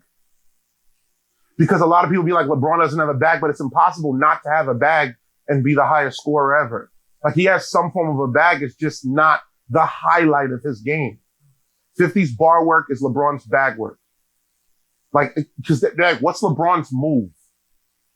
Like, we don't know what we know what Mamba's move was. We know what Mike's move was. You get what I'm saying? Like, what's LeBron's move? It's the same as 50's bar work. And we're talking about LeBron, the greatest basketball scorer ever. You get what I'm saying? Like, we're talking about the elite. So before y'all clip and go nuts, make sure we go. You get what I'm saying? Now, I swear, bro, I get clipped every day.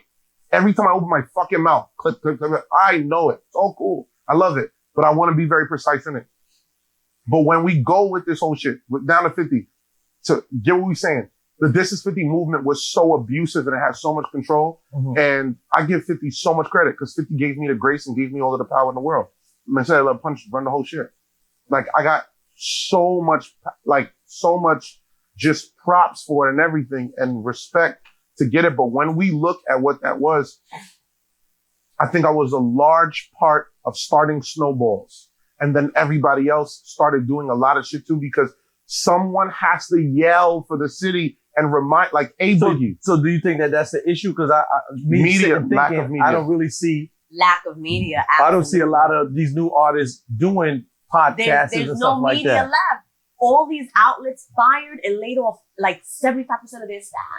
Every day you see, like, if you follow certain accounts, like the Journalist Guild, like, there's no outlets left. It's mad outlets. What are you talking about? You're crazy. They're there, but they don't have the people working. No, I don't see. There, to me, I feel like there's mad outlets. I just feel like the newer artists aren't doing sit down things. They rather just, let me throw the mic here. No disrespect to anybody who do the mic stuff. They throw the mic here, let me rap, and then I'm done. I agree. No PR you understand? But there's no PR budget. There's no talking and nothing like that. It's a domino effect. There's no PR budget. Publicists are the ones that get those looks. At those outlets, they're still standing, but there aren't a lot of people working there anymore. I'm telling you, that's the problem. And it's the industry as a whole. Nah, I think it's a whole bunch of people. Everybody set up a camera and sit on their couch and what's the name, right? But that doesn't mean, you know what I'm saying? No, but that's the problem. Yes, niggas in their apartments doing this shit. But that's not necessarily, no, but that doesn't mean that that's the proper outlet for that person. But still, I mean, proper and even doing it, period. You want to go to a Rolling Stone. You want to go to a double XL. Like, you don't want to go to fucking someone's apartment. So I disagree, because you still want to go to someone's apartment because you got to get. You do want to get to someone's apartment. I see him sniggling and giggling. I'm ready to go, and I'm like, look, I think that you should get to someone's apartment because that's how you get the word out. Yeah, that's how you get the word out. You just oh yeah, I mean, listen. See, this is what it is. I gotta say it. I'm gonna do this for the culture. I'm about to take a bullet for the culture. Those platforms don't represent us, and they never. That's what I was saying. And they don't. And a lot of people in our culture really got very, very confused and started acting like those cultures are the voice of our culture. And this is all. It's all I'm saying. And take this with grace. When certain platforms started to get really big, when Hot 97 mattered on their digital platform, when that mattered, when Breakfast Club was really, really going crazy. And they were rolling out. While that's going on, you get what I'm saying? While these platforms were there, while This Is 50 was going, while Complex was still super tapped into the culture, that's our shit. So when everybody was like, yeah, oh look, these people are writing about you. they can't pace this shit. They don't know the culture, and it's all cool. They're only getting it through a PR favor, through a publicist favor. That's not the culture. The culture is ground level. The people that support the culture, the people who got loud voices, that's the shit that could move shit. The problem with the culture at the exact present moment is that there's not enough people who are talking about bigging up the culture. There's many bloggers and many reactors who are critiqueful of the genre, who are like, this artist isn't hot, that artist isn't hot, look at this whack shit. And they're spewing out constant negativity, but there's very few people who are bigging up. And I blame that the most towards the culture of today has programmed everyone to be anti-dick sucker and anti-dick rider. And it sounds like it's a joke, but it's not, because it's programmed the next generation to not be cool to celebrate someone. Well, controversy gets clicks. And it makes it not cool. Yeah, but that's just unfortunate. Controversy will always get clicks, but celebration also gets clicks too. Not as much. Because over time, it's not cool to be like, this nigga's the greatest. It's look, our culture. I think that's a New York thing too, though. Because I do think they do that out of town, like a lot, and especially in southern states and on the West Coast. Not no more, bro. I do see that. I see that on the West Coast because, a lot of times I'll go on the West and they celebrate their peoples. You understand? I'll use like a Compton AV or RJLA. Okay. You understand? Like these guys are celebrated all day there. Yeah, but we celebrate as well. We don't celebrate New York as well. Our boroughs are our cities. Brooklyn is to Compton. We go New York to Compton. There is no unity in New York. But what Compton would do is what Bronx would do. It's what Queens would do. Okay. Like Brooklyn is always standing with Brooklyn, realistically. Of course, there are small shits and then locally, if we went, they'd have their small banter as well. Like we stand with our boroughs. You get what I'm saying? To be honest, I just look at it like there was a domino effect of negativity to where that our culture just convinced a whole generation that dick riding and dick sucking is the worst thing in the world. And it confused people to when it's like when someone's doing good to celebrate them. It makes niggas not post their friends. It makes people not celebrate when their friends are winning. It just makes the whole culture be like, don't do too much. And it over time, it's affected us. We're watching it. When's the last time you scroll on the internet and be like, yo, shout out to A Boogie, just this nigga's great. Well, I agree. You get what I'm saying? Just to be like, this nigga's great. But I agree. And I do want to say there's two New York artists, but it also one hand washes the other because then in the hindsight, when is the last time you saw A Boogie sit down with an influencer of New York or a DJ in New York or anything like that? You understand what I'm saying? So it goes both ways. And that's why I say you should talk more. Yeah. And I kept it real. Boogie should be talking more to the press. Definitely talking more to just with everything. You get what I'm saying? I don't want to single out Boogie, but I just thought, well, it's okay to single out Boogie because we're talking about the number one nigga at the exact point. You. Yeah, but so that's to give him his props. Like A Boogie can't be the number one guy and not get positive love and negative love to be like, yo, you're the number one guy. So if he feels a way of shots while being number one, like that's heavy as the crown that holds it. You get what I'm saying? A lot of those artists, once they get facts or no, you get what I mean? You know what I mean? If you're the number one guy, once they. Yeah, what are you saying? I was just gonna say, once they get to a certain level, they end up not wanting to go to the same outlets that supported them when they were smaller.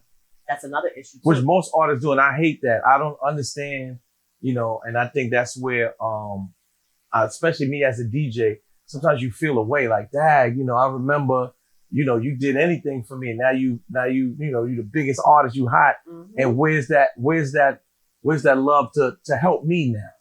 Do you understand? Do you call the artist in that point, or do you just leave it be? Sometimes I do call artists, and there are some artists that they'll do a whole press run or something. You're like, yo, what's up? Like when you needed help, so to me, you should reciprocate that because everyone gets cold. And I don't know if I had this conversation with Tisa. I used to tell, I know I tell a lot of people that like you're going to get cold, and then you're going to need to circle back. You understand?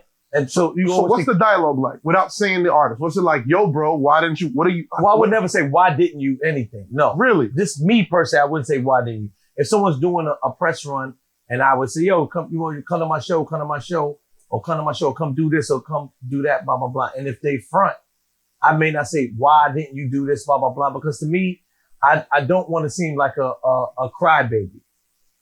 That's just me per se. That's what I'm saying. Everybody wants to be too cool. So too cool is me not reaching out per se. Now, if I reach out and you don't reciprocate back, then and saying, why didn't you do this or why didn't you do that? To me, that's a little bit extra. Just to me. You understand? Why I feel like that's a little bit extra to me is because if you didn't, if I ask you to do something and let's say you say, okay, big homie, I got you or whatever, blah, blah, blah, and you don't do it, right? I'm not going to call and say, well, why didn't you come here? Why didn't you? Why not? This? You're a big homie in the city. You have power. You're a gatekeeper. We're all like, well, I don't know about gatekeeper. That's not a negative thing. Don't let it be negative. You're definitely a gatekeeper. I'm a gatekeeper. That's fine. You're a gatekeeper. If you have control about what can go through to affect masses, you're a gatekeeper. They just act like it's negative. It's powerful. But if you were there, why would you not press the artist to make them behave better? Because to me, pressing someone to just me per se, pressing someone is you're making someone do something that's not in their heart to do, right? Because no one can press me to play something. If I like your song, I'm going to do it because it's in my heart because I really like this song or whatever. I don't want someone coming because I'm pressing them to do it because then I won't get what I need from whatever that person is coming to do because he feel like he's forced to do it. Well, but then he doesn't owe you that for the early support? Does he or don't he? Doesn't he? I feel that, yes, I do feel that way. Why I feel like someone owes you because I feel like when you needed help, someone, and then there's time to reciprocate. Yeah. I do feel that way. But you just don't, it feels too much for you to go, bro, what's up? Twice. Remember, I'm saying this to you again. Not saying once. I'm saying twice. But as you being one of the leaders of the culture, one of the biggest DJs, arguably in the history of New York, real, right? Is it not part of your job to sit niggas down and be like, bro, this is where you fucking up? I do that. I do that a lot, right? And it goes in one ear and right out the other. I do that primarily every other day. Really? All the time. With different artists every other time. It could be a New York artist thing. And it goes in one ear. It could and be. in one ear and out the other. I do this primarily every other day with different artists. And it's just like this. Boom. And one out the other. It could be. Or you set up an interview and they fumble it. There was this one rapper, I'm not going to say his name, but he was like bubbling in 2017. And I was at Double XL and I tried to, his interview got approved. It was scheduled. I called to get the interview done. Oh, he's sleeping. All right, I'll take the time out of my schedule again, and I will call tomorrow to get the interview done. It was a fucking phoner interview. Didn't even have to come to the office. Call again. Oh, he went out last night. He's sleeping. Oh, wow. 2 times. You're done. Yeah, I mean, that's and insulting. he went nowhere. That's insulting. So to me, it's like you can't keep saying something to someone. Again, I'm not saying once, but I'm saying. Or you put somebody on their first magazine cover, and then 2 years later they blow. You want to do an interview? Oh no, you're too busy. I put you on your first magazine cover. I fought for you to be on your first magazine cover. I tell you to come to my podcast. You're going to ask me how much I'm going to give you? Are you fucking crazy? So, what do you do then? I get it. I think that happens a lot in New York. I used to tell artists that I was on Sirius for a very long time. I remember. Saturday night, right? You did? Huh? The Saturday nights? So I was the second DJ hip hop wise ever on Sirius. The first DJ, to my knowledge, was DJ Wonder. After DJ Wonder was DJ Self. And I was amazed how many Southern rappers would fly to New York for one day. You understand? One day, come and do an interview and go back home. And I said, this is crazy that you can fly states and I can't get someone that lives in Yonkers to drive 30 minutes to come down to talk to the world at Sirius. I said, New Yorkers, we have it so easy that you can go 30 minutes from wherever you sleep and talk to the whole world on satellite radio. You can talk to the whole world. Now, people may say, well, we got social media now. And I tell people, this is why when some people say radio isn't powerful, and I say radio, to me, is more powerful than your Instagram. Why? It's because your Instagram are people who are checking for you or looking for you. people who listen to radio aren't necessarily checking for you, and they can discover you, which is a very powerful word. It's called discovery. 100%. You understand? When you put someone on your Instagram, that's just somebody that already knew who you was, and they're getting information. Me playing you or someone playing you on the radio is discovery. Who is this song that I always keep hearing? Because I turned on the radio to win tickets. I turned on the radio to listen to Drake, Rihanna, Mary J. Blige, or whatever. Music. Blah, blah, blah. On Instagram and start scrolling, and you have something called For You page that shit just pops up, and you might just discover something. But I also feel like the For You page is your algorithm. You understand what I'm saying? So a mom that's driving her son to swimming lessons, that's turning on the radio, probably would never know who you told me about King Bimo. Now I'm playing King Bimo, and she likes King Bimo because he got a song called 5 a.m. Lamb Chops, and lamb chops is her favorite meal. She don't know that he's talking about something else. All she knows is lamb chops is her favorite. I like that lamb chop song. You understand what I'm saying? So now she's discovering who King Bimo is. And this is somebody that he probably would have never gotten contact with. Can I ask you a serious question? My fault to shift it, but it brought it up because I had this conversation. And Bimo was one of the names I was in it. Do you B-boy. No, Bimo. Oh, Bimo. Was it one of them? Do you get offended when artists from the city don't reach out to you? No. I wouldn't be mad. Why would they? Because I feel that, what you mean by reach out to me? Let me reach out. Big bro, I got music. I got this. Like, you don't feel. No, I don't feel offended because most new artists don't know how to. So they don't have the knowledge. So if I had to give that example, I'm using Bimo for an example. Bimo, I reached out to him myself.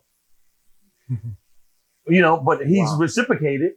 You understand? We've created a relationship. Mm-hmm. You understand what I'm saying? So, I don't get upset because then there's going to be so many people reaching out. And I always tell people, I'm only one person. I can't listen to everybody's music and different things. I like to cook. I like to take care of my kids. I like to go watch TV. I want to go to the movies. I cook a lot. But you understand? So I can't take care of the whole culture of New York by myself and continue to be Mr. Walker. Really? It's impossible. Because again, if it's 5 rappers, I'm just giving you an example. 5 rappers got their song. That means I have to have 5 conversations on either a daily or each daily basis. Right? I also do radio. I do radio for 4 hours a day. Facts. I do clubs. Club is 1-2 hours. That's 6 hours of my day. I also got to sleep, which is, a good person would get coming. Big facts. A person would get 8 hours a day. I don't know. I don't do the math or whatever. The 6 and 8. Right? You understand? So that's impossible. You're still in your younger years. I need 8 hours of sleep. Yeah. You need more and more. I'm on the other side of it. You think that they should? One, I feel it's insulting to their self, to their career. I feel like it's lack of work to themselves. Like, I feel like you as a rapper owe yourself and your career and your craft and your desire to win the energy. Like, yo, this is a part of the game.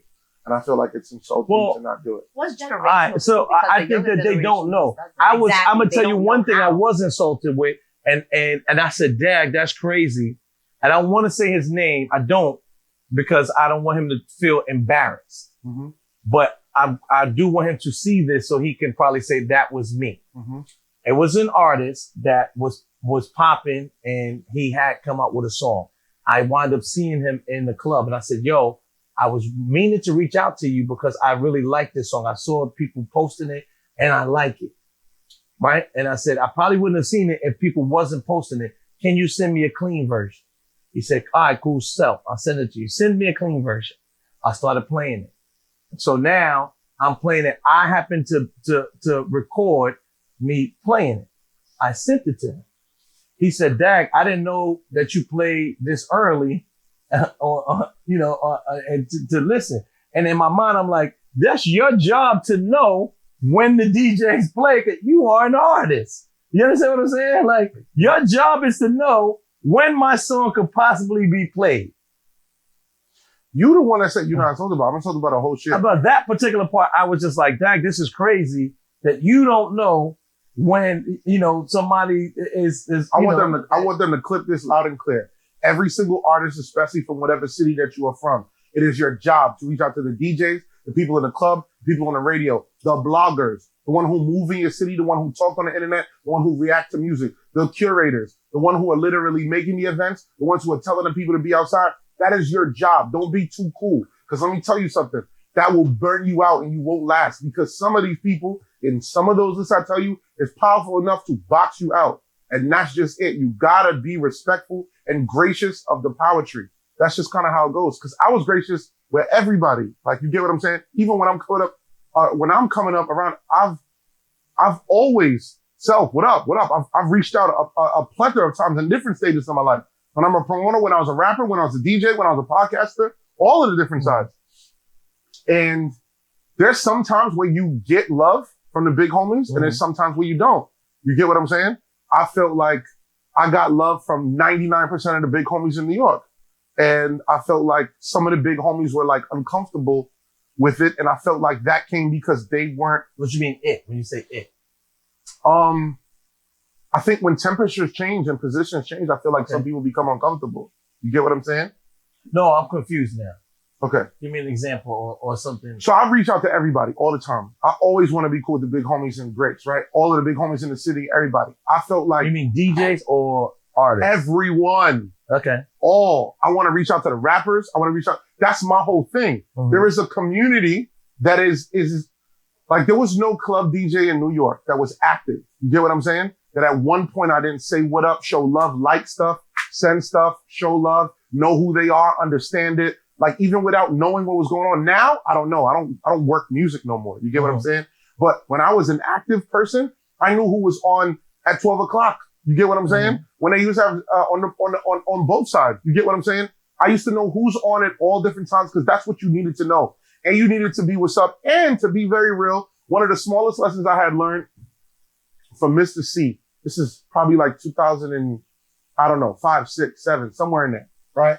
And C goes, because Drewski used to help Angie Martinez. You get what I'm saying? And a lot of people don't know that. You get what I'm saying? But Drewski used to be there. And then he was just like this. He was like, Punch, as you come up, like, never played, like, never joked. Someone had said something slick about Drewski going to go get food, right? And this is all respect. You get what I mean? To go get food. And it was like this. And he was like this. Yo, they could say all of the slick shit, but you see how you always show love to them? Y'all are going to grow together. So in 10 more years, y'all two about to be whatever y'all gonna be. You probably gonna be the hottest rapper, and that's gonna be the biggest DJ in New York in another 10 more years. And it didn't happen in the exact time period per se. You get what I'm saying?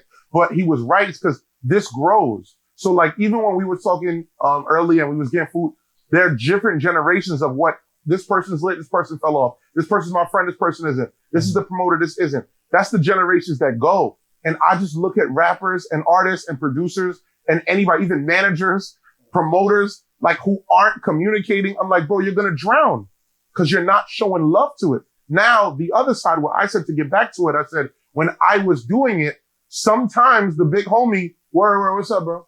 You get what I'm saying? Yo, big homie, yeah. It's not always love. You showed love. But again, I do want people to see this, that just because that happened, people don't also understand that that big homie is a human. So how you know that he didn't get no pussy last night? How you know that he lost his wallet? How you know that he didn't argue with his baby moms That's day? why you can't take anything personal in this. Yeah, you understand? Like, people are human. Yeah, You understand what I'm saying? 100%. So it's like, I would never tell anyone that, be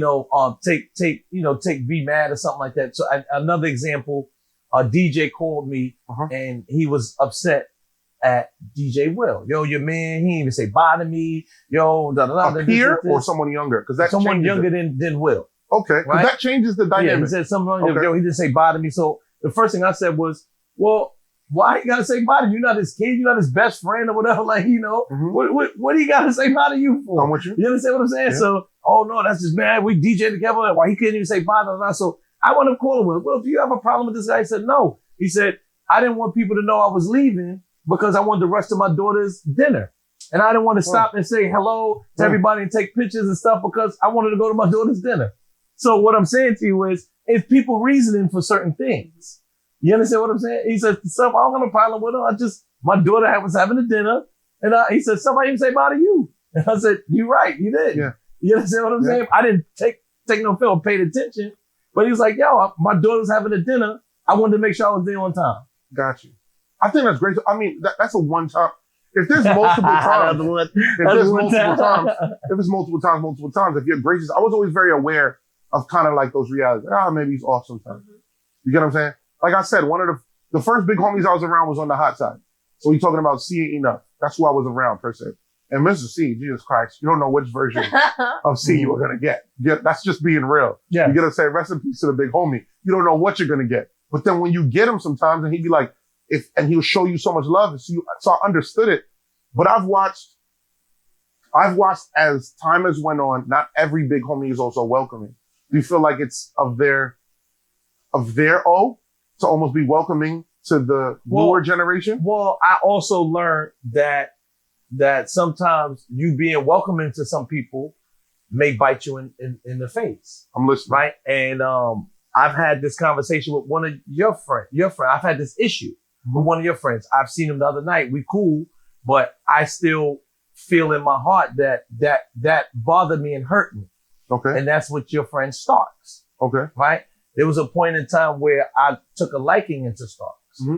I took a very much liking into him. And I said, yo, I think, this guy as a person, as a DJ. As a DJ. Mm-hmm. I didn't know, personally or whatever like that. And I told him in the same way I told, most DJs that I come in contact with, they'll come up to the radio station, learn the radio. Mm-hmm. Sometimes you learn the radio, but at this particular time, we wasn't privileged to have company. Most radio stations, they don't let you bring up guests. Mm-hmm. I used to sneak him in to just look out. To look out. Mm-hmm. Now sometimes the boss was there, so I used to be like, yo, just hide in this closet for a second. Oh, was that strict at the time? Yes. You understand what I'm saying? Okay. Hide in this closet, until the coast is clear and then you come back out. I never knew that he had an issue with that. So one day he outlashed out in public on social media and was like, I was hating on him because I was hiding him from the boss so the boss wouldn't see him because I knew he was hot. If you were hating on him, and I was like, that was not the case. Like, what hurt me was I risked my job to help, to show you something. Mm-hmm. You understand what I'm saying? So me saying that to you is every big homie is not a person that's going to be like that. Mm-hmm. You understand what I'm saying? That's going to risk their job because some people say, I risked my job for you and look what you gave me back in return. Yeah. So have y'all spoke yet? We spoke this happened a while ago. This is the same time period when this is during that time when everyone was on live, the DJ. Yes. Okay. Yeah, so this was a long time ago. So this is that. Like I said, we cool. I seen him last night actually in a party. Say, hey, what's up? How you doing? Oh, sure. We're not close anymore because again, that, to me, I'm like, dag, I risked my job to because I took a liking into you for you to come up to watch because I know when I was a young DJ, I was not privileged to be up at no radio station. Mm-hmm. I've never been to Hot 97 one day in my life. Still to this day. So to this day, from the beginning of my birth to this day, I've never been to Hot 97.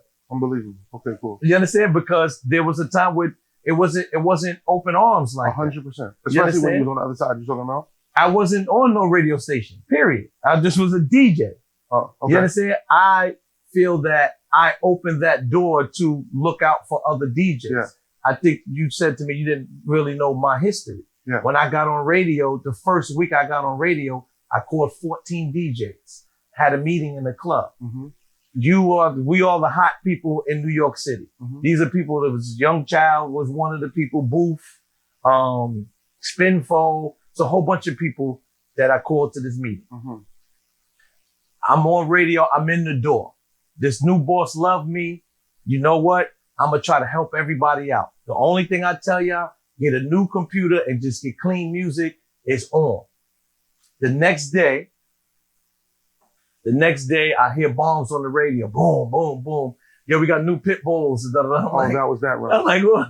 And all the half of the crew that I told. Yeah, that was Spinfo, Chow, Triple X, and one more. You understand? Half of the crew, right? So I was like, yo, this is crazy. But then I also knew that they knew that, all right, Self is about to snatch up a whole bunch of people, so let me snatch them up. I remember that time vividly. You get what I'm saying? Yes. You understand? So, you know, so again, that could be another thing, like a big home. Like, I just told y'all, I got you. And then the next day, you just went on another side, like, you know, and just forget about what I said. I just gave you the sauce, everything. Yeah. So that's why some big homies may be reluctant to certain things too. So to pull onto those topics, I feel like from ground level, because I don't know how often you get to see the level up, like from lower looking up, where a lot of people looked at DJ crew was like, if I get on this DJ crew, I'm about to be on. You get what I'm saying? Big Dog Pitbulls, Heavy Hitters, Union, Gwinning, whole shit. Where it was like, if I'm a part of any of these teams, I'm lit. I'm signed. You get what I'm saying? My path to DJing. And I felt like a lot of DJs looked at the big homies as per you, E, Flex, the guys who were running these teams, that as an enough. You get what I'm saying? Like, these were the guys who were going to get me on the pathway to radio. And I felt like a lot of DJs, when y'all as the big homies didn't make the line to get them on, whether possible or not make the line. Yeah, whether possible or not, because this is another side of it. You get what I'm saying? They might not have had, I could put 10 niggas on radio. That might have been a reality. But from the ground level, I'm signing to you because New York City at this time was very like, if you're here, Power and Hot couldn't DJ together. Agreed? At a point in time. At a certain point, of course, but this is that time period. You get what I'm saying? So if I now stand with Self, Heavy Hitters, Big Dog Pitbulls, all of them is over. Summer Jam is over. And then Mike diss me, like it's over. And then vice versa. You get what I'm saying? And less, I felt like Less Power was less caring, but Hot was 100% like anti-power. You get what I'm saying? And I felt like a lot of those DJs felt like I'm signed now, it's good. And when they didn't get that level up, they definitely felt like, yo, I signed to this DJ and it didn't go. And that's not just to you. That's to the ones who signed the Flex. That's to the ones who signed the E. Well, I could say that when it comes to me, that it was a very high percentage of people who got on radio that came through my door. You understand? So again, when I first got on radio, remember I told you the first week I got on, I called 14 DJs. Hey, we all gonna. So this is the first week you're on Power. When I played one day. And the same week, I grabbed everybody, right? Superstar J, all these people. So this is the beginning of the union? The union was already formed already.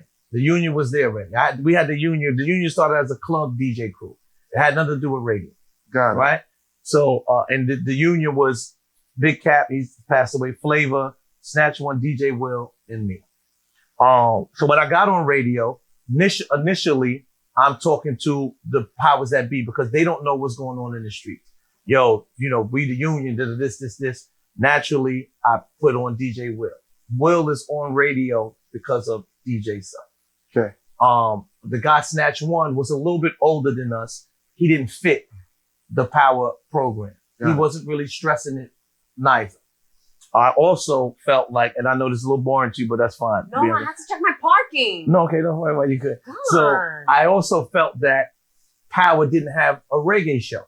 I remember Hot had one. I said, this is a big Bobby and market, Jabba. blah, blah, blah, blah.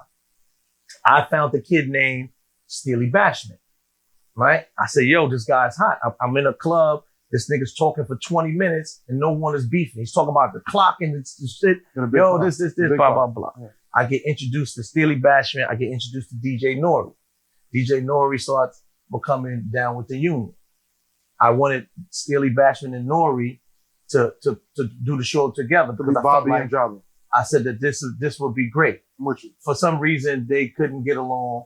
Also, Steely Bashman had Wagwan Radio. Correct. So he felt like, which is rogue radio, like an independent radio. Yeah, Wagwan Radio was like a pirate, illegal. A rogue station. Yeah, radio. It was super lit. So it was super lit. It was super lit. Yeah. So he's mad cursing music on radio. Yeah, they go in law. If they would just, you could tune in. And you can tune in and they're playing cursing music and everything. So he didn't care. He was like, I don't care about that. I got my own thing going on. I don't know if you know this story either. So now Nori is my choice. Nori brings in the kid Max Glazer.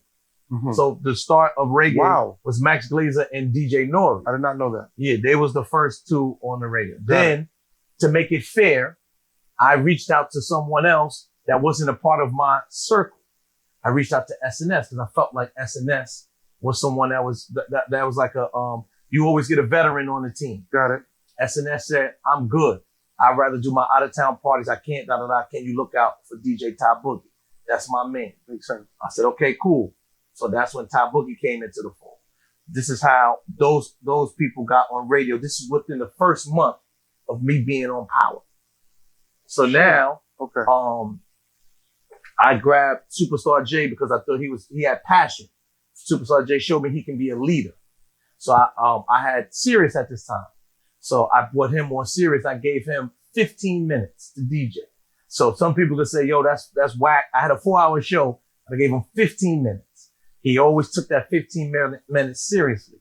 15 minutes. He did it. He came, showed up, blah, blah, blah. Eventually, I quit the show and he took over the show. Mm-hmm. It's a Saturday. Was my Saturday, which he currently holds now. Mm-hmm. Right? I also think that not only he helps Tisa out, but I think that he learned from what I did to him and he passed it down. So now when it comes to the union, I done put 5 niggas on radio. Now they signed a new acts on the union. I said, I can't do this no more. You understand? I done put 5 niggas. I can't put another 5 niggas. It's hard for me to get the 5 niggas that I had because there's other niggas out here, you know. So I wound up falling back from the union, not because, the only reason is because I knew that what you said, somebody signs to a DJ group, they're expecting the head of that group to put them on. To the levels that they can't reach. Cause I didn't get to really go in, but facts, yeah. So I can't, it's like, I just put niggas on Sirius and put niggas on Power. It's only a whole bunch of, a handful of shows. Mm-hmm. So that's when I fell back. Then, I started getting the itch again to help people out. And this is where this is where Starks, it was Starks, DJ O, and Smooth Ski. Those were the first 3. Okay. Smooth Ski is a guy, he's very popular in the Bronx, in Harlem. Got it. Region.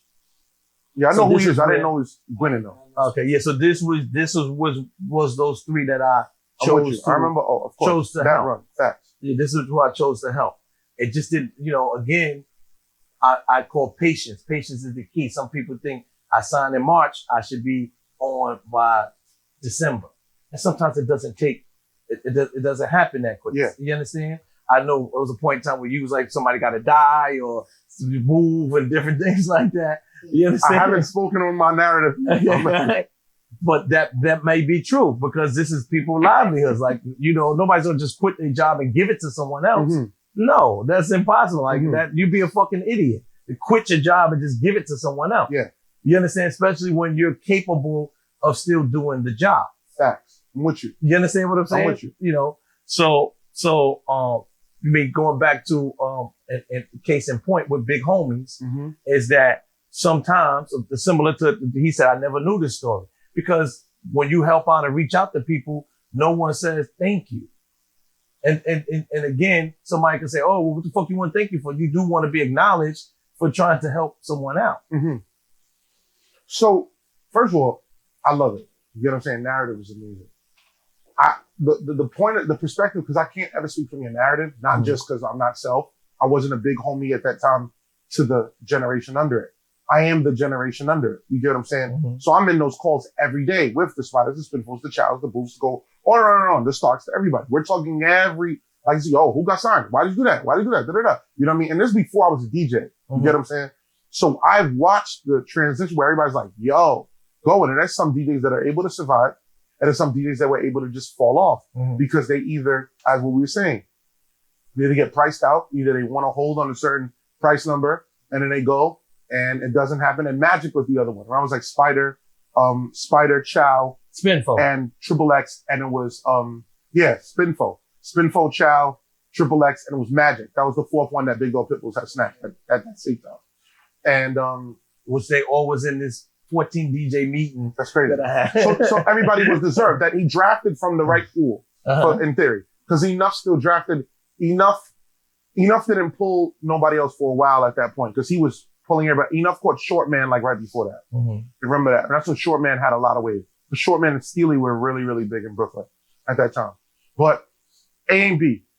The point is that I think what happens is that when a DJ at that time was fighting and getting hot, and they look at it and they be like, yo, bro, I'm now with this. And now once I now am with you, I'm now losing money. So even when we was today, and it's not going to mention the price mark, but we was like, yo, I don't know how DJs can survive on lower numbers. Shit, this game is tough at the bottom, right? What we was talking about earlier, when you're on that side, it gets very difficult and dicey where you like, the second I now sign, I'm not, well, you know, metaphorically, I'm now with this crew. Mm-hmm. These guys don't fuck with me no more. The promoters don't rock with me no more because there's bullying going on that side. Like, you over there, yeah, you want them, don't come over here. And there are big homies on the other side that would bully cards out and be like, oh, he's there, yeah, he got to come off if I'm coming. And they're bullying, especially when the Power and Hot shit was going. And it was really like Hot not wanting to be next to Power. I'm there. You get what I'm saying? So I know, and I can't speak fully for Starks, but I know that Starks' whole thing was like, yo, I'm so hot. I'm a fireball right now. I'm losing money not being here and just wanting to be up. Like, yo, I want the look. I got the streets right now. And I feel like the toughest part about New York is when you got the streets, it's like, I finally am the hottest guy on the streets. I finally got everybody. I'm shutting down. I got my weekly. I got my shit. Everything is lit. It's like, go. And I was in that same scenario. So if I pause that scenario and now I go where I started getting hot in the years when I was active and I was DJing, and I was hot in the clubs. I was hot in the clubs. I wasn't the hottest. I was hot in the clubs. But I was a fireball on the internet. And Flex didn't take kindly to the way that I used to talk. And Flex went on and dissed me. And then this starts the whole eruption during this time period. It starts realistically with a live with DJ Self and Booth. This is the first start of this. Self goes, who's the hottest DJs in New York? He goes, Booth, I think you might be the hottest. You? Maybe Starks? I don't know. I'm in the live. Mm-hmm. I write in the live, LOL. They go in there, Punch is in there. Oh, that's crazy. Punch is in there. No. Bring him up. Let him talk. Yeah, Punch is hot. So I come on. I think that's the time when we was arguing. Oh, this is the 100. This is exactly how it goes. Mm-hmm. Again, I tell you from the other POV. For you, a regular day. For us, I go, oh, the war is about to begin because Selfa wants to play. Let's go. Because I'm competitive. I was super wanted the number one. There's some guys that's like, I'm just doing my thing. Not me. I wanted to be the number one podcaster, the number one voice, the number one DJ. I wanted the number one Mamba mentality. I'm not here for the fuckery. I'm here to win. So when Self does it, I remember and he gets on there and he goes, Punch, I'm gonna be honest. Yeah, you go hard with this DJ shit, but you're an internet guy. And I'll never forget it. He's like this, but you do the internet, you do the podcasting. Your interviews is crazy. You viral. I see it. And I was like, I literally could not hear one compliment. Internet, you're viral. What? I'm like, I just did 20,000 in Poland last week. So what are you talking about? Mm-hmm. I just did 15,000 with up in London. I just did this. And he's like, shit, I didn't know. That's what's up. Damn. Okay. I got to rethink it because I'm looking at you like Punch was doing this, but he's on the internet. So this was much more loud to Self. And I'm like, these niggas want to play with me. This is really how I'm seeing it. So Booth, with that time, Booth was stirring and ducking a lot. This is my brother. I love Booth to death now. Mm-hmm. I spoke to Booth yesterday. But at that point, he's like, yeah, that's crazy. I mean, Punch did. I mean, I don't know. He used to, I don't know. You know what I mean? So this is occurring and we go, while this goes and I go on the internet, I go on a run. I'm like this, yo, I don't know what none of these niggas, then I start bunching everybody. This is me getting mad. All these old niggas, they don't want new niggas to shine. This is me. I'm going off every day. I don't know what nobody talks. Superstar J comes on. Yo, bro, how you be talking like this? I'm like, I don't know what none of y'all niggas talking about. How much view? Like I did 1 million views last week. Nobody talked to me like, I'm really, like I'm running now. I'm running. Flex hears this and then starts going at me immediately. You're just only cool on World Star. You're on YouTube. You'll never play. I broke clubs like the tunnel. Flex is going off. And then he says my name. And I divert all attention, and now there's the Flex and Punch beat. Cool. Mm-hmm. And the role that I took on that was, I'm the voice of the young for that. Now, Flex became the dartboard for everybody. That's the big homies where the younger guys felt like we weren't getting the chance. And Everything is going, I'm joking, and we going back and forth. He's trying to kill me, trying to shoot my legs out. We're going at it every day. Radio, internet, millions of views. And then one day C calls me and goes, Punch, what do you want him to do? And that's when everything changed for me. And I said, yo, he gotta let people in. And C literally said what you just said. He said, Punch, you're being selfish. You're only looking at it from your side. You and your guys is hot. Booth is hot. Starks is hot. I remember this because this is when Starks himself is going at it. This is when all of this is occurring. And Starks is like, something to give me a shot, my nigga. I'm ready to tear the city down. Had nothing to do with self. This is the other side. That's why I don't argue it from your perspective, because everyone is in their POV. Self is a representation of what he meant. Flex was I don't care. Wasn't mad at Flex. I'm mad at the powers of what it represented. Like, nigga, there needs to be room. And when C slowed me down and said, what do you want him to do? It changed everything for me. Because it said, Punch, you want him to quit and just let all y'all run? You want him to give away 2 hours that he's working and doing and then go where? And it's the first time me, who got answers to everything, had nothing to say. I said, shit, see, he said, well, when you figure that out, you tell me and I'll tell Flex what you want him to do. Until then, what the fuck, Punch? And it made me pull back and I said, oh shit. And it made me look at everything different. And that's why I know that the Stark shit wasn't fuck self. It was fuck the person in power, because I want the look. My boy just felt like he was ready. Well, my main thing was just more of, it's like, yo, you telling the world I made you hide because I was scared that, the boss would see you and know that you the hot person. But I also know that, you kept saying hot in the streets. And I do want to touch on this point because we all lived in some type of neighborhood. And I've never in my lifetime seen a bodega on my street. And when I use the word on my street, I come out my street, right? I lived on South Oxford Street, right? And I've seen bodegas on the avenue. I've never seen them on the street. I've never seen businesses on the street. I've always seen businesses on the avenue. And right now is people say I'm the hottest on the street, but you conduct business on the avenue. So me saying that to you is, okay, you cool on the street. Now when you go onto the avenue, it's a different world. You understand? This is business now. I get what you're saying. So a lot of times people don't know how to conduct business. Yeah, but and that's why I'm speaking to the generation under. It was a role of people that never got the shot. You get what I'm saying? Like, they just didn't get the look. So as per this, I'm mad at this person, I'm mad at this person, I'm mad at this person. It's not even mad at these people. It's what the representation of it is. Cause it's like, yo, I just want to go. And I'll just speak for my generation as much as this.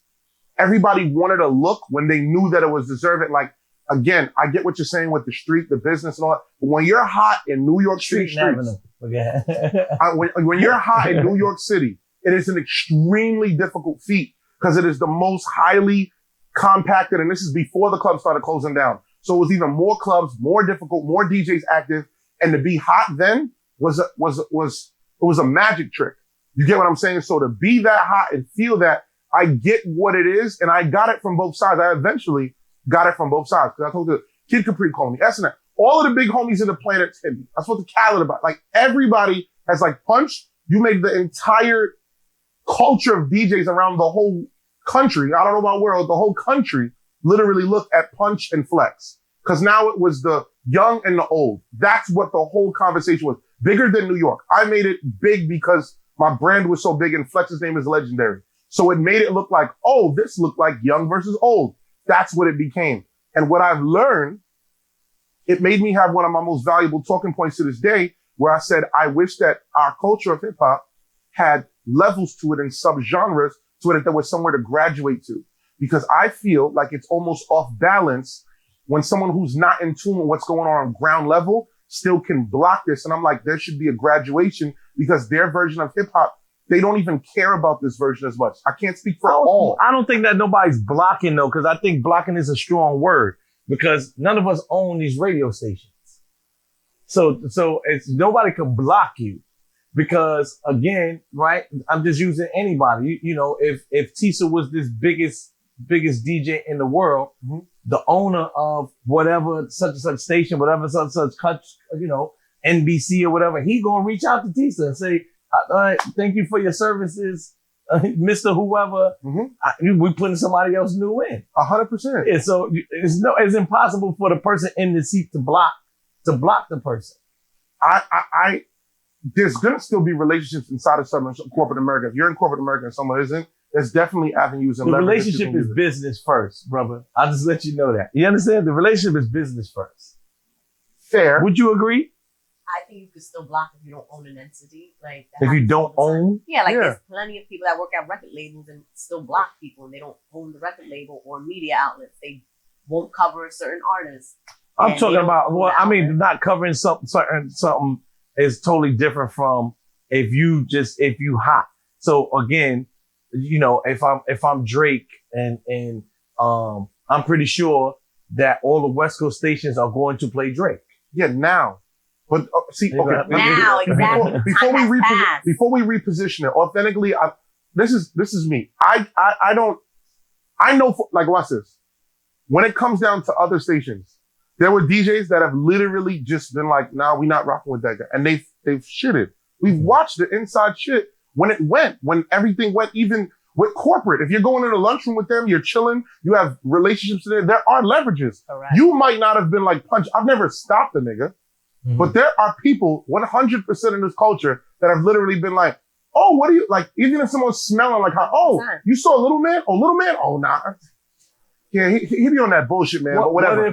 Seed. What if the big homie, right? And I'll use Flex or somebody, right? What if the big homie said, yeah, you hot as a DJ, but this is a business. So what sponsorships could you bring here to pay you, right? You want to pay up $100,000 a year, but the only thing you're doing is being a good DJ. You're not bringing in no revenue. So all I'm doing right now is just paying you to promote you, because what you're going to do is go on the radio and say, I'm DJ Punch.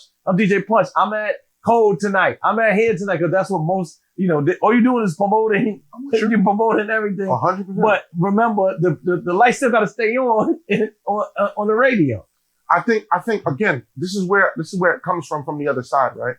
As where I'm at now, I understand the game. I understand the business. I didn't understand the business of DJing, nor even what I wanted to happen. Because you was on the street, not the avenue. On the DJ side, 100%. Yes, that's what I mean. On the DJ side. On the DJ side, I was 100% new. On the street. I was 100% new because I was like, yo, what's going on? You get me? Mm-hmm. But I already was conducting high levels of business across the board. By that point, we've already managed artists. I've already had artists with record deals. I'm already active, which is part of the reason why I felt like there was some level of deserving space to be created. But that's more on a competitive aspect. My whole point to it is people have blocked, not saying that you did, not saying that you didn't, not saying that anyone has, but it is possible for someone to be in that position to block. Do I think I was blocked from your side? Anything? Never. At all. What if I gotta land it. I really never wanted to be on radio. That's not like a fake thing. I've said it like multiple times. No, I'm not saying you, but you still speak for people. And I'm speaking for them. So that's what I'm saying. I never really wanted to be on radio. But when the opportunity came, I'm like, yo, this is ready to run. Let's do it. I'm surely hot enough to do it, but it wasn't a goal. My peers, that was their goal. I was in DJing to shift. I 100% wanted to shift. Let me ask so you when a they question. couldn't shift, they felt a way that the people in power did it. it. Question. Sure. If you are a record label, yeah, and you sign, I'm using Sexy Red. Let's do it. Shout out You J1. sign Sexy Red, and shout out to that's my guy too, from Philly, right? And Sexy Red, let's say she's doing her thing, but then somebody, it doesn't really work the way you wanted it to work. Will you sign Sexy Red Part 2? Would you sign someone that sounds like Sexy Red again? Or Sexy Red Part 2? Depends on what kind of A&R you are. Well, most people wouldn't. They wouldn't do the same thing again. Fair. So me saying that to you is both radio stations just signed a whole bunch of people. And naturally it probably didn't work because they're not here today. You understand? So whatever the goal was, you know, and it's not me being disrespectful to them. It just, Nah, it's fact. they're not. But do you feel like today. they didn't work because of the situations? I mean, I think a lot. Once you in the with you. door, you got to know how to navigate and This is go a true story. and move. It's a true I story. started out with one day. Yeah, I started with a Friday. Word. Then from Friday went to Friday, Saturday, Sunday. Word. Friday, Saturday, Sunday started out to the whole week. Got it. I told people when I first got on radio, it was nothing about the Breakfast Club to overnight. I didn't know. The whole week I slept at the radio station. Mm-hmm. I went home, took a shower, went back. Mm-hmm. I bought a futon pillow, whatever, and slept at the radio station Mm-hmm. because I wanted to be there every day to see how it worked and on us every the whole day. I respect it. And people don't, you know, because at that time no one even told me how to cut the mic on. Great. You understand? Like, you know, when I came on, it was like, all right, get busy. How am I gonna get busy? I don't even know how to turn this stuff on. Like, you understand? Mm-hmm. No one told me nothing. Yeah. You understand? Everybody was in the room, but nobody showed me anything. My first day, like the whole station was there because it was supposed to be like this phenomenon or whatever like that. Mm-hmm. No one showed me how to press play, nothing. Yeah. You understand? So I learned or whatever. So again, you know, my thought process of even bringing Tisa, I brought Tisa to the radio station so he can see. So he will never be in that situation where he doesn't know what to do. I saw self. I saw what he did. So at least he's not stupid to me. That's information. It may not be enough for him. He may not know what I was giving him because he didn't understand. Yeah. But, you know, now he goes, and let's say he got a chance to go up there. He's not unfamiliar with what's going on. I'm with you. Like I told you, I am. I've never been to Hot 97 a day in my life. Crazy. Don't know how the system works. I don't know what system they use. Nothing. Got it. Never been there. You will never find a picture of me next to the sun. Nothing. You understand what I'm saying? I get it. Because I've never been there. Yeah, I was been hot hundreds of times. Not one time. Yeah, I get it. So my Enough first time brought me under the arm, so I go there. My through first enough. time on radio is when inside or like in the broadcasting whatever is they say you go on in an hour. Crazy. That's my first time. That's crazy. You go on in an hour. Yeah. You understand? I'm with you. And I'm like, what the hell? Yeah. You know, what am I going to do? Yeah. Do you ever first of all, that's heavy. I don't want to, because I said a bunch. Do you understand what I'm saying? How 100%. Okay. All right. Cool. I do agree, but I think that is a little selfish. But again, because, you know, like I said to you, patience is the key. I got you. You understand? Things don't happen overnight. You know, and we had a conversation earlier where I told you, you know, I felt like I was the hottest person, I felt I was hotter than Cast One. I forgot who else got signed. Big Ben at the time. Ben is, all these are my friends or whatever, but I felt like I was hotter than they got signed on the radio years before me. You understand? Crazy. Yeah, Ben and 100% was. Years before me. That's like 6. In a nutshell. Well, Cass has been there before. Jesus, but yeah. In a nutshell, I got on radio a couple months prior to Young Child and Magic. You may not even pay attention to that. If I got signed in September, they got signed in January or something like that. So we all in the same cluster. It may not seem that way. It doesn't. Yeah, but it was only months apart. Got it. You understand? Because Yeah. it was like, oh, Self is on. I gotta get these other niggas on, blah, blah, That's blah. crazy. Like They that. didn't know that. Yeah, we all at the same time. It's crazy. You understand? But again, But you, because of the same time, it blurs, but you have a position of where niggas similar looking to at you as what big social homie. media pushes in front of you when we go back to Michael Jackson. 100%. You're marketed as a big homie. You were marketed as a big homie, 100%. Yes, because I knew that cool. You know, I knew how to market myself and made sure that I had to stand above the rest. I'm with you. Because you know, again, these are all the guys that I'm sitting in the room with. Yeah, I'm gonna get y'all on the radio. I'm with you. I'm gonna give each one of y'all a shot. I'm with you. I'm gonna just get a clean computer. That's all I ask. And that's fire. And on the same as at the core though, but because you was on Power during the building blocks of Power, you did get the opportunity to really shine, and you did it. Mm-hmm. You did it. I don't think, like I said, what I can speak for is what I know. Mm-hmm. I know that it was not an attack. It was not an attack on the people, more with the representation of the people meant. It was like, yo, you just want that chance. Less about the person. To me, the chance is you being up here. That's to me is the chance. I get what you're saying. And I get, Because you're in the now door. we're hearing it from both sides. Yeah, You get what I'm you're in saying? the So door. you're saying, Yeah, you're in I'm the letting door. you in, and yo, bro, letting you even just be in the room, you don't even understand. On the other side, it's like, nigga, I ain't even get to push no buttons. I got to play one time here. You know. Nah, to me, that's you're in the room. And I love it. I see Tisa with Superstar J on the show that I created. You understand? I see him learning the difference. I see him taking pictures. So that shows association with artists. You understand? So, you know, this type of thing I love, but I also see that what I've instilled in the people that was under me, they learn. No, I get it. And I'll stop it there because we've been talking too long, right, Bianca? No. That's my apartment, man. All right. Apartment 5H. Gwyneth.